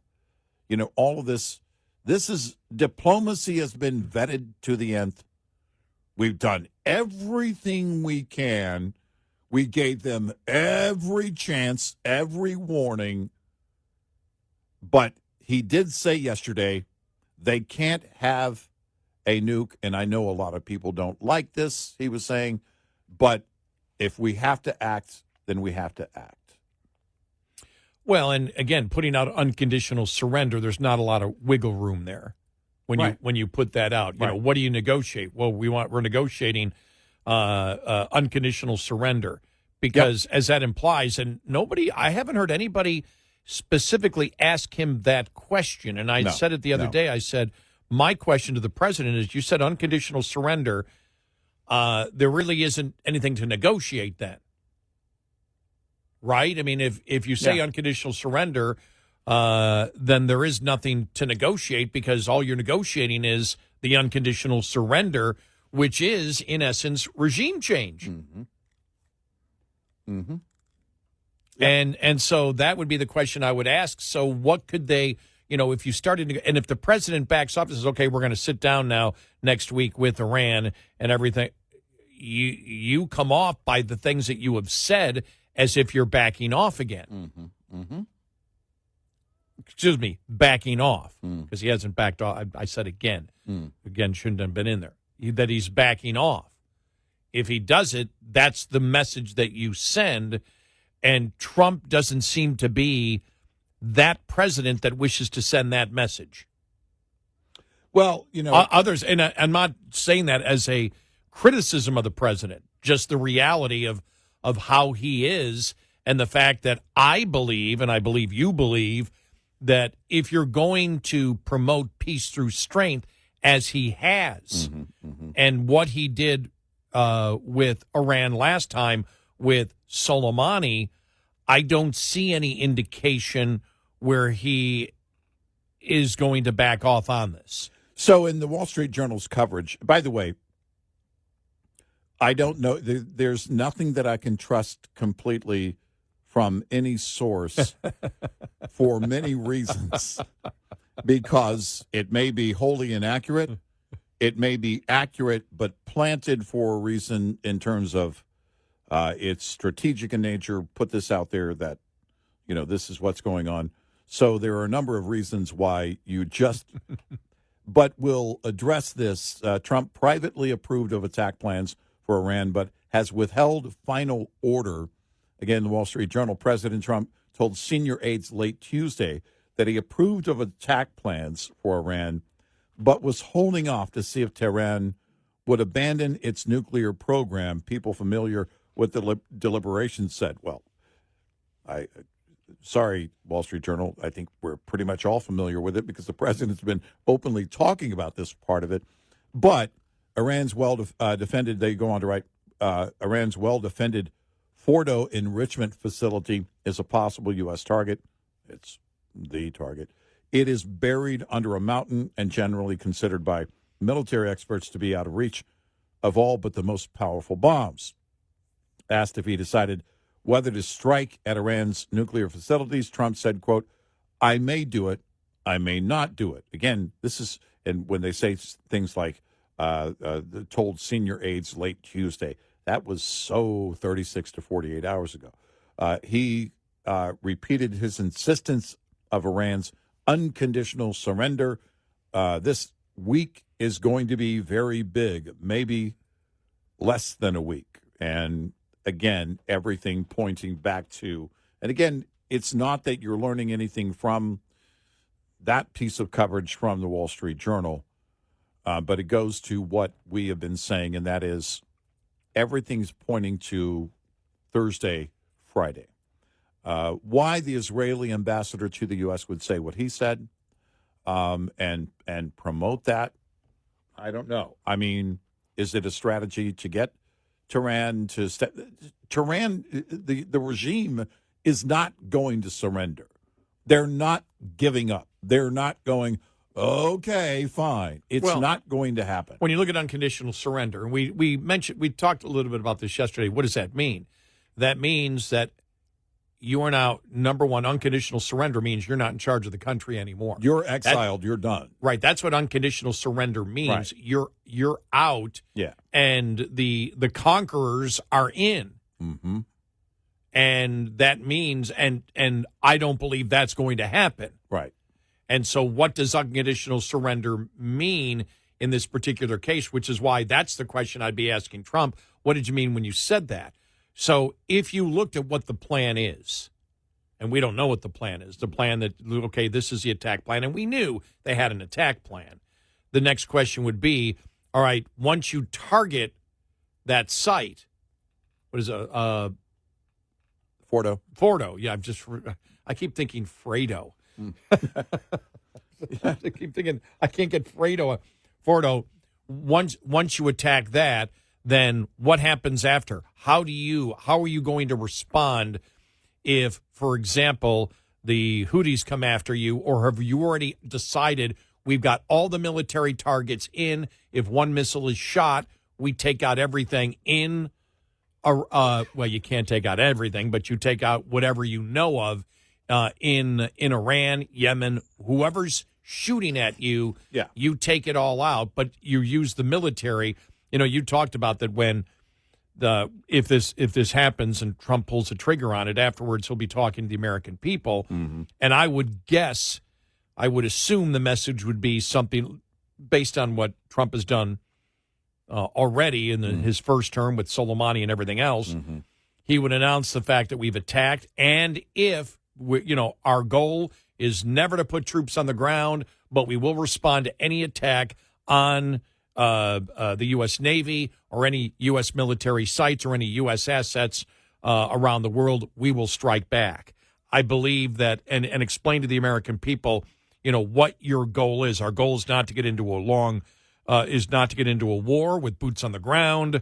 We have the ability, as we already have, we have air superiority over Iran. They don't have anything. If they attack us, we have the ability to attack their sites, but boots on the ground is not what this is about. Right. If boots are on the ground, it'll be the Israeli military, not the United States. Right.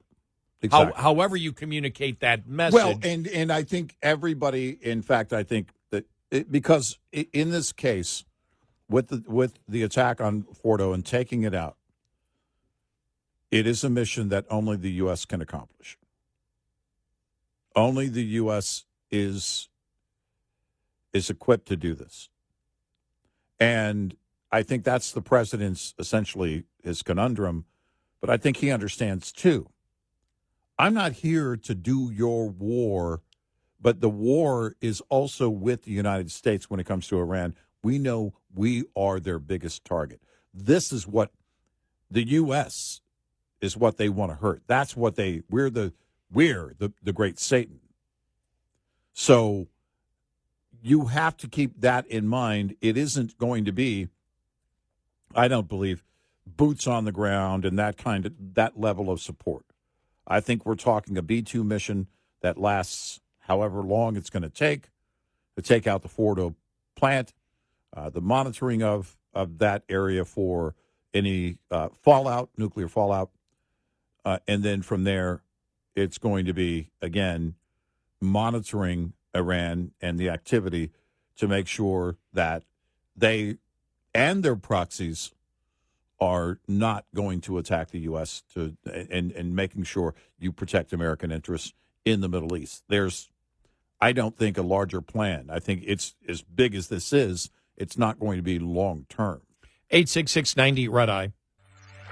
We'll be right back with more Red Eye Radio with Eric Harley and Gary McNamara.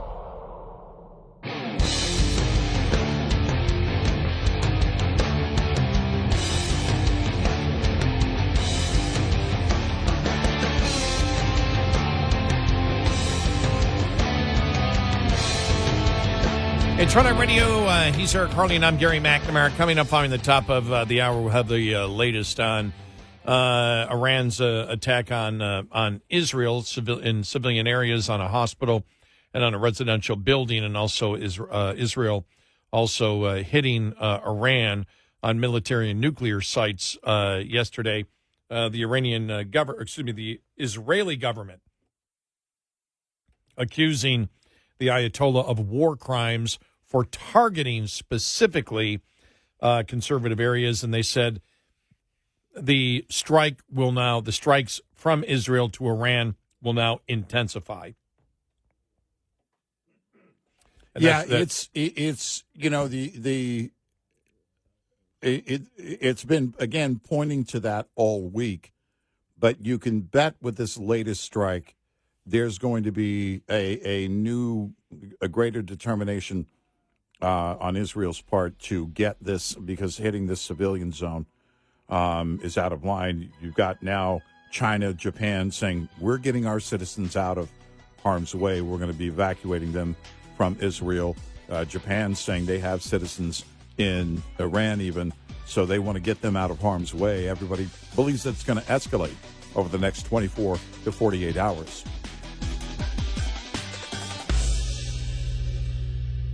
This is Red Eye Radio on Westwood One.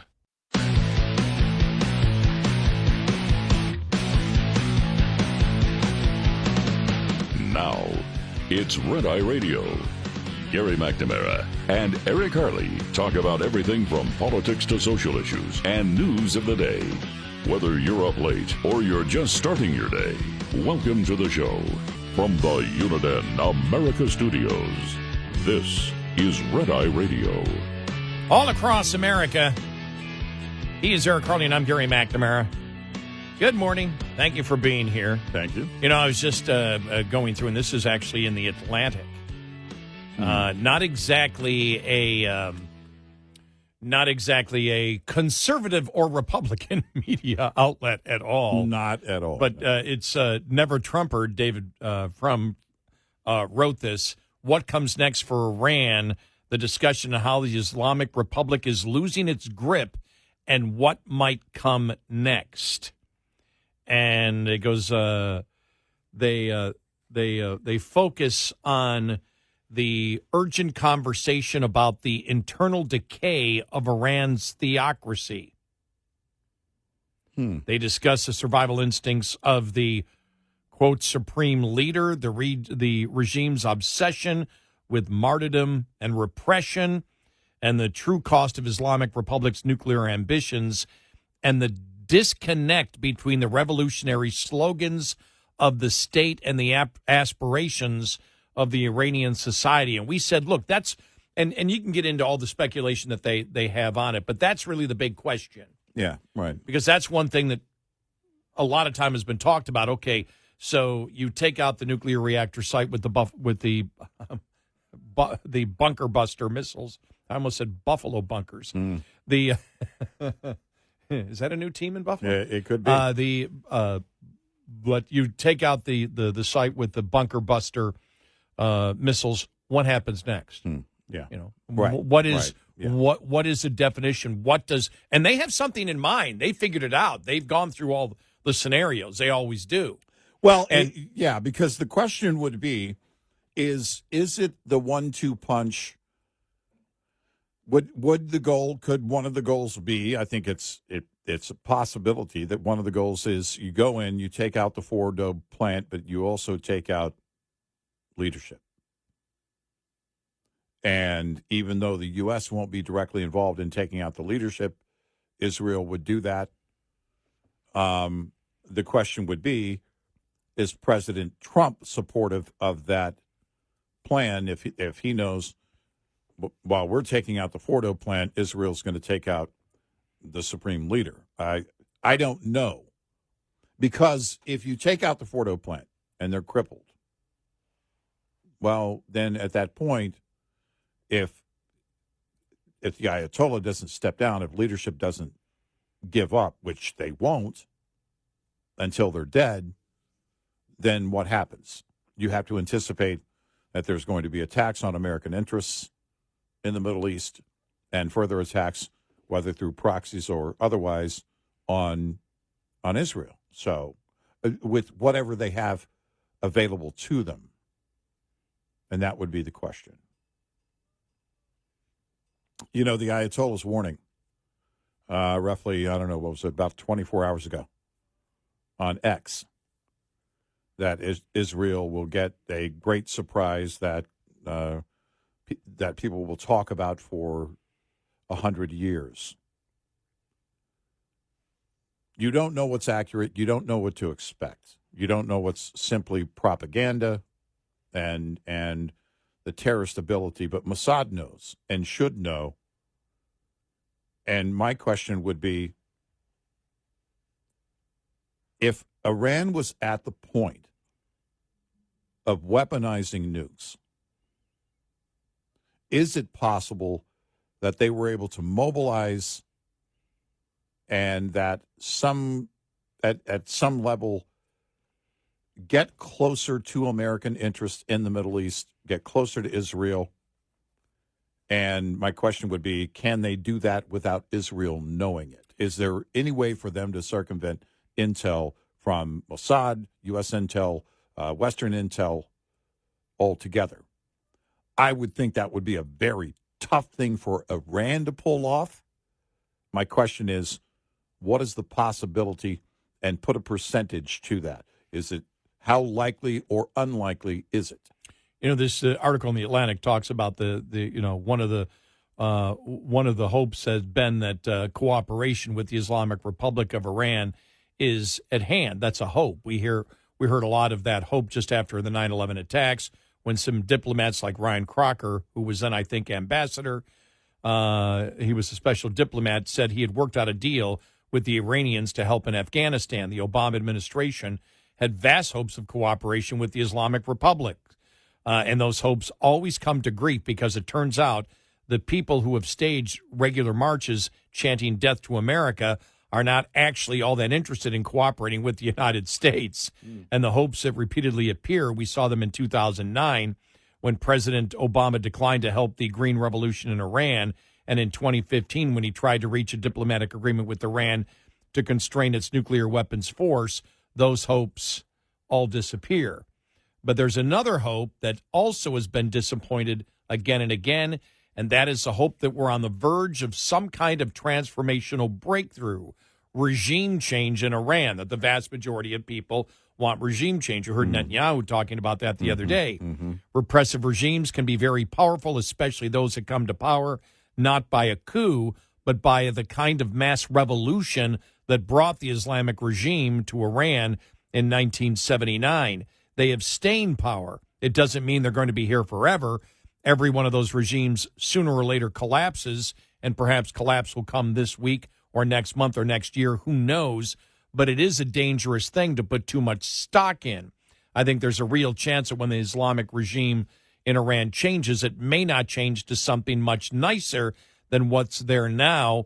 It may change to a more traditional authoritarian regime that gives up some of its more ambitious hopes in order to consolidate power. That's what happened to Cuba after Fidel Castro. The Castro regime is still there. It's just not a revolutionary regime anymore. It's a criminal regime, but it keeps power by being less aggressive towards the world around it. It could also be a terrible bloodbath. We have, I think, a distorted idea of revolution from the happy experience of the revolutions in the northern part of Central Europe in 1989. The crowds came out, the leaders ran away, the flags are waved, the people cheer, and a transition that is more or less peaceful begins. Revolutions against terrible regimes can often be terribly bloody. Terrible regimes inflict a terrible blood price on their society. There's a lot of payback that may be coming. The regime change in Iran may turn out to be very, very bloody business and a very protracted business that doesn't end soon. All of this, though, is speculative guesswork. And that comes from David Frum. Understand he is the biggest never-Trumper you could ever find. He used to be a conservative. I remember interviewing him a long, long time ago in D.C. He's from Canada, so but he is an absolute, never-Trumper. But throwing out all those particular ideas of what might happen are all possibilities. Yeah, right. They are all possible. And I read, I go, okay, it's David Frum, but it's like those are all possibilities that could actually happen, and we don't know. We don't know. And so you look at this and say, what will happen? Do they not want to take out the regime? Because the number one goal is to take out their nuclear weapons capability for at least a couple of decades. That's the goal. I think that there's a realization in the White House, I'm sure there is, that we may, if we replace the Ayatollah, we may get something worse. Right. Right. But we may get something better. And if there's a public uprising, it could be bloody. That could lead to a humanitarian crisis. So do we want to keep him in? And do we want what happened to use Cuba as the example, as David Frum used, do we want it to become a Cuba-like situation where, okay, they want to retain power inside their country, we don't care. As long as they don't challenge the outside world and don't go for a nuclear weapon, that's none of our concern. That may be a very loud opinion inside the White House right now, which is why they don't want the Ayatollah gone. They don't want the supreme leader gone at this time. They just want to make it to the point where you can stay in power of your own country. You can't go beyond your borders. You put that out. You cannot, we're going to, and if you do this again, we're going to take your ability away again to do this. I don't know if Israel's thinking that. We mentioned Netanyahu talking directly to the Iranian people, and he said, we know you don't like your government. And that may be true. But a repressive government, even if the majority of people are against it, still, if they decide to revolt, could be awful bloody, cause a humanitarian crisis. How the Trump administration would view that, I don't know. And also bring about another repressive government. There's always that possibility, yes. Because I was reading and reviewing something from a couple of days ago, also at the Wall Street Journal. By the way, I don't spend all my time reading the Wall Street Journal. I do sleep. Well, it's better than me reading the Atlantic, right? You could make that case. Yeah, well, there's that. Proving once again, we cover both sides. I like that. We operate from a clean slate. You didn't say that with any type of authority at all. Not at all. or any kind of sarcasm. Here's the headline. It's from Tuesday. Israel built its case for war with Iran on new intelligence. The U.S. didn't buy it. So it goes through the steps of what Israel was saying, what Tulsi Gabbard said, and then what the president is saying now, basically, okay, to spare you reading the entire thing, me reading the entire thing to you. That's basically the gist of it. We do know that on Air Force One on Tuesday, the president was leaving G7, and during that meeting with the press, he was asked about Tulsi Gabbard and what she said, and he said, I don't care what she said, a quote here, I don't care what she said. I think they were very close to having them. And then on Tuesday, Tulsi Gabbard told CNN that she and Trump were, quote, on the same page on Iran's nuclear activities. So again, you could, then that sounds like Tulsi Gabbard is either saying, no, I'm supportive of the president, or things have changed since I said that back in March. I can't tell you that. I don't know what she's thinking. Up until that comment, I trusted her completely in that role. My question, I don't know why she said that then when the world believes that Iran has been close. Because what this article does basically is it pulls everything together again at the Wall Street Journal. Israel built its case for war with Iran on new intelligence. The U.S. didn't buy it. Well, what it does is now the world believes that they are close, and they certainly want to obtain a nuclear weapon. By the way, NBC reporting, and this is from just last night, late last night, that Tulsi Gabbard has been sidelined in the Trump administration on the discussions of Israel and Iran. Yeah. I thought I'd seen that yesterday, and I know she talked again Tuesday. She was on CNN. I didn't see her anywhere yesterday. I may have missed it. Well, look, the problem is not what she might have testified of what U.S. intelligence did believe or part of the U.S. intelligence believed or whatever, but she was laughed at by most. Yeah. When she said that, it was like, what the hell is she talking? I mean, how many articles are written going, whatever she said or whatever U.S. intelligence is telling her is completely and totally bogus. Well, and so she was criticized, but putting out the video that made no sense of talking about the nuclear weapons that were used in Japan and making the implication that the United States was wrong for doing that and somehow relating it to the people that wish to be warmongers today was just, I'd fire you for that, because your job is not to look at history and put your own spin on what you believe. You work for the president. Well, that's it. And also, there has to be, in working for the president, there has to be consideration. You have to be very thoughtful in knowing, especially as the director of national intelligence, as you're testifying to our representatives, you have to be very mindful in what you say, because you have to understand that if we reach the point of the U.S. being directly involved with an attack on Iran, that getting public support domestically is going to be a big part of it. There has to be, you have to walk the American people through it. That will likely happen after the mission, if there is one. But you have to have that public support. You have to work for that public support. You can't have any break within the administration on what's playing out and what you're seeing, especially when it comes to intel, what you know. And I don't know why, because she seemed to be, at that time, the only one saying that. And still, I don't know why she would say that. And because the world knows. I mean, basically everybody agrees now, oh, they definitely are close. We don't know exactly how close. Are they days? Are they weeks? Are they months? Doesn't matter. They're close. And you don't want to wait. We're not going to go, okay, they set one off. Now it's time to act. There has to be a preemptive strike. if it's believed they are that close. So they haven't put that last component in, so there's 15 minutes before they have the nuclear weapon and the delivery system set. Okay, now hit. Exactly. You can't play this game that way. 866-90 Red Eye.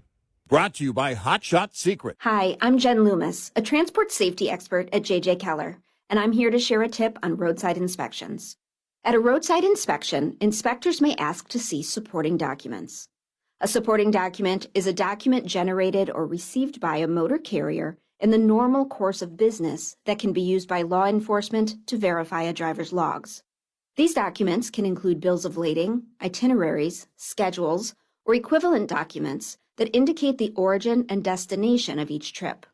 They can also include dispatch or trip records, expense receipts related to on-duty/not driving periods, including receipts for meals, lodging, and fuel, electronic mobile communication transmitted through a fleet management system, and payroll records, settlement sheets, or equivalent documents that indicate payment to a driver. Drivers using paper logs must also keep toll receipts. Supporting documents must contain the driver's name, carrier-assigned identification number or vehicle unit number that can be linked to the driver, the date, the name of the nearest city, town, or village, and the time. This tip was brought to you by JJ Keller and Associates. Visit us at jjkeller.com. Get in touch with Red Eye Radio, toll free at 866-90 Red Eye.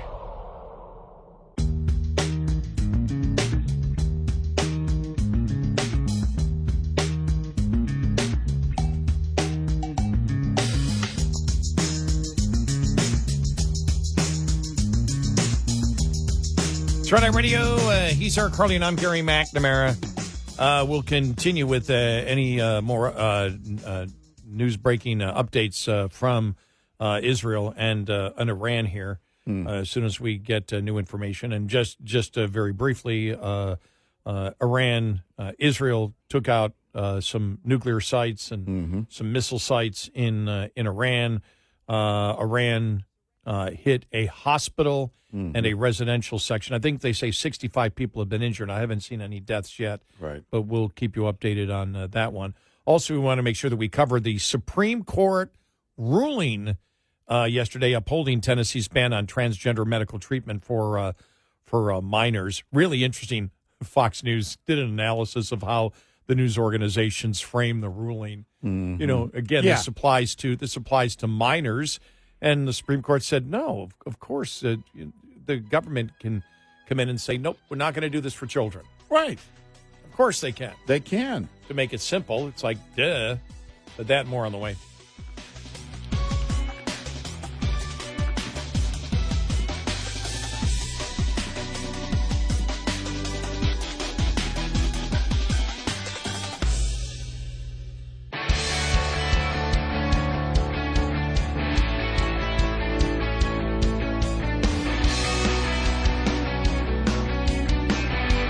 Catch all 5 hours of the show live every night on the Red Eye Radio app. Available in the App Store.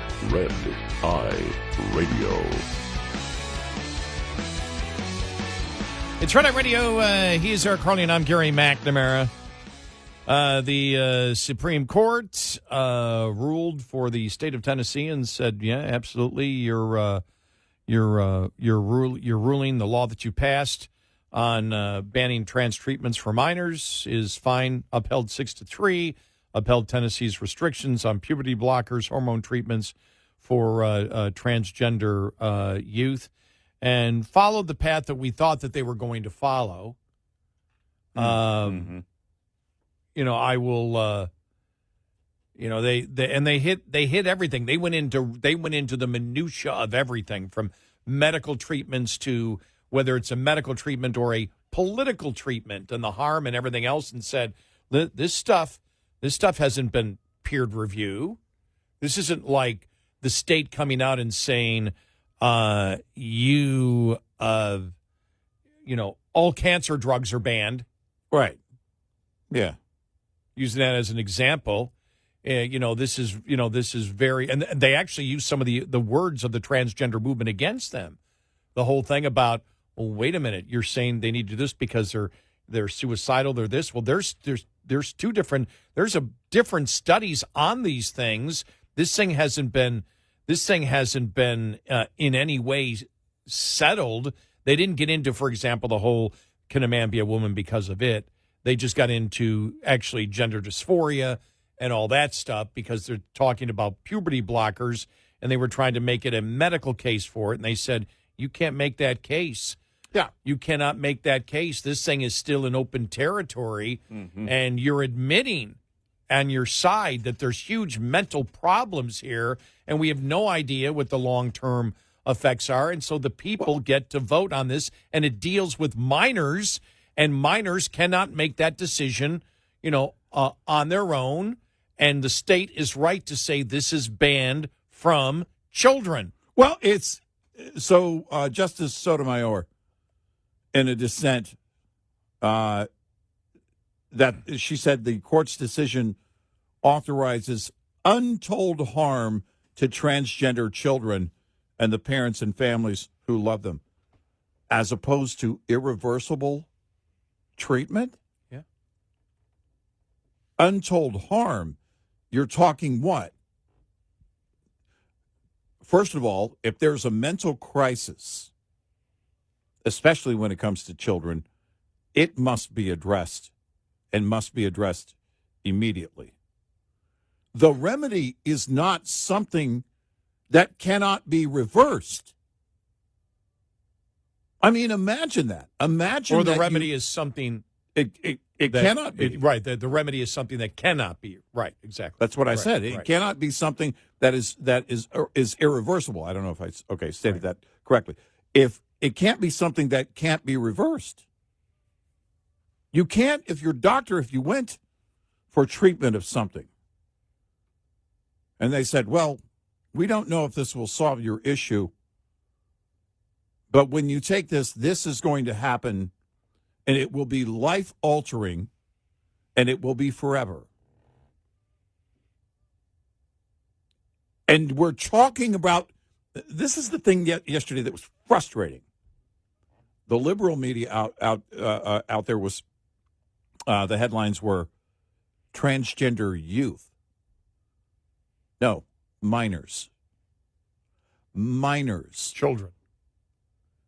We're talking about the people, that group that needs that parental oversight. And by the way, the fact that we're even having this legal battle is just morbid. Well, again, it shows the complete moral perversion of the left. There is you and I have talked about this, and it really, for me, it really hit me when Josh Hawley was talking to the Berkeley professor. Yeah. Going back a few years. That's like 3-4 years ago. And he was, asking about things. And she said, well, do you believe men can get pregnant? And he said, well, no. And she said, well, then you're transphobic. Right. Now, I don't even know what the word means anymore. Right. It's supposed to mean that somehow you're afraid or you're against them. And it's like, well, wait a minute. No, what you're saying is, because then she came out and she said, don't you understand that when you say these things, that this group of people have the highest rate of suicide, and they've got this and this, and she was laying out the mental problems and the mental challenges that they have. And then the next question would be, well, then you're advocating irreversible treatments for children, right? When the studies do not show that this is any type of cure for what you say the symptoms are. And it's like, then you really don't care. This is just some type of win for your own perversion of what science is, or what just, I think, normal concern for any people should be. You don't seem to be concerned about them at all. You're making the case that they have mental problems, but if you bring it up, you're saying they have mental problems, so maybe you shouldn't give irreversible treatment. That's transphobic to say that they have mental problems. You just laid out that they did. Exactly. And you're talking about it, which makes it worse. Right. I mean, that's exactly the accusation. And, because I fully believe if you're a surgeon that is performing surgery like this on a minor, you should be in prison. Well, this wasn't the surgery. I know. I know. This is other kind of treatment. Right. But this is where it's going. Oh, they're going to fight for the right for the surgery. Mm-hmm. And you should be in prison. Quite frankly, you should go to jail if you're manipulating the hormones of a minor as a medical pro in this way. That is completely unnatural. You're doing it to do what? What are you trying to accomplish here? We're not talking about an adult. An adult is free to do within the law what they want to do with their own body. An adult can smoke 4 packs of cigarettes a day. They can. They can drink sugary sodas. They can drink alcohol. There are things within the law they can do that are harmful, and they can choose to do them all day, every day if they wish. And minors can't buy those. Minors cannot participate. Minors need guidance and protection. Even if their parents say, yes, you can smoke the cigarettes, you can buy the cigarettes, you can buy the alcohol and drink the alcohol. Well, what happens when adults are serving minors alcohol? When they're going out and buying alcohol for minors? Nope. Can't they do get that. in trouble for it. Can't Exactly. do that. And we're talking about, in this case, irreversible treatment. Treatment that is going to be eventually permanent. It's intended to change biologically the body of that individual, and we're talking children. What the hell are we doing here? Why in the world are we still even talking about this being a possibility? Because that's how radical the left is. Yep. This is how perverted they are. Yep.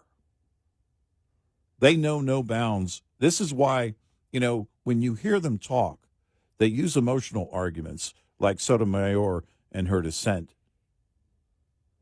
She's using an emotional argument. Why is it? Because she can't come out and talk where her real convictions lie. Their real convictions lie in deep, dark perversion. And they know that's not going to float very well. So they talk like they care. You can't possibly care about a child if you're willing to do this. No, I don't care if you're the parent. Nope. There's something very wrong. It's some type. They view it as some type of victory, and we view it of their own perversion of science, their own perversion of how they wish to treat children. I mean, it's just it's downright evil. If there's a dysphoria with that child, I'm not telling you that I believe that the child doesn't believe that. I think that if the child is saying that and is in that place, that it's at least in that moment, they believe that. I also know that especially with adolescents, every adolescent goes through a period of discovery of who they are and the adult that they are going to become. Anybody who's witnessed it, you don't even have to be a parent to know that in society. Anybody with any level of critical thinking skills, we all know this. So that child should be guided, should be counseled. That child should not be altered physically by any adult, ever. When that child becomes an adult, that adult can make that decision. And then we saw it with Representative McBride, the transgender representative from Delaware, the Democrat, said Democrats move too quickly on the transgenderism issue. Oh. All right, but this is how. Listen to the explanation that he gives. Representative McBride, the first transgender member of Congress, was interviewed by the New York Times when the representative discussed why support for the trans rights movement has rapidly declined. McBride believes that progressives went to trans 202, trans 303 when people were still at very much trans 101 stage. The lawmaker said Democrats attempted to push for every single perfect policy and cultural norm right now, regardless of whether the public is ready. Wow. Yeah. And again, this is Representative McBride. Frog slower. Absolute delusion that somehow we're going to sit there and say, well, you know something, you're right. A man can be a biological woman because the man says so. You're not going to be able to sell that now. You couldn't sell that 40 years ago. Nope. You're not going to be, as we find out more about science, which is the chromosomes. Yeah. You can't sell it. Doesn't work. You can bully it. Yep. You can threaten it to people. You can go after and have a completely mainstream now Democrat misogynist movement, but you're not going to win it with the public. You're not going to convince them of it. And most people, by the way, are live and let live. When you want to come in and change science, change language, and change everything else, change reality, that's not going to work. We're live and let live when it comes to adults. We're not live and let live. No. For not children. With children. No, yes. Not with children. Oh, I knew you meant that. I wasn't yes. claiming that you didn't believe that. No. It's I think it is a clear distinction because children, you don't. There's a reason. There is a reason we created laws on things that are harmful to them to protect them. And now you have a group of Americans fighting to harm them permanently. It's so incredibly perverse. I'll never understand it. I'll never understand it. And remember, 99.9% of the Democrats in Congress support this almost unspeakable perversion of children. Yes, they do. 866-90-RED-EYE. Coming up, more with Gary McNamara and Eric Harley. It's Red Eye Radio.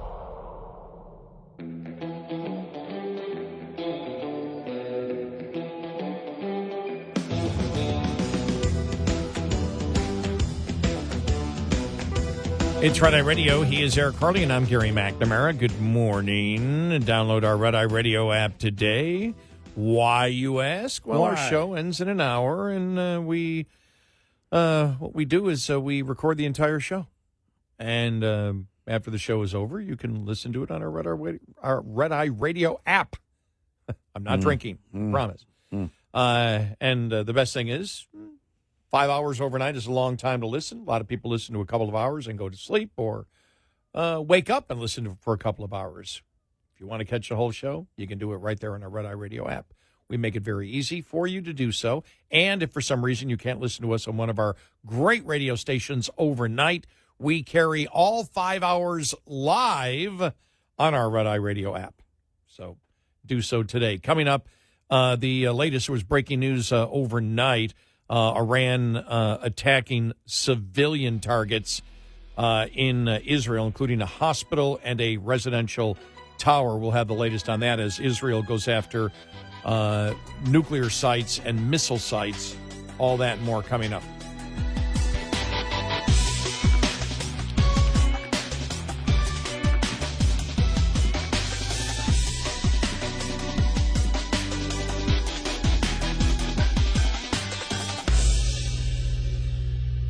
This is Red Eye Radio on Westwood One.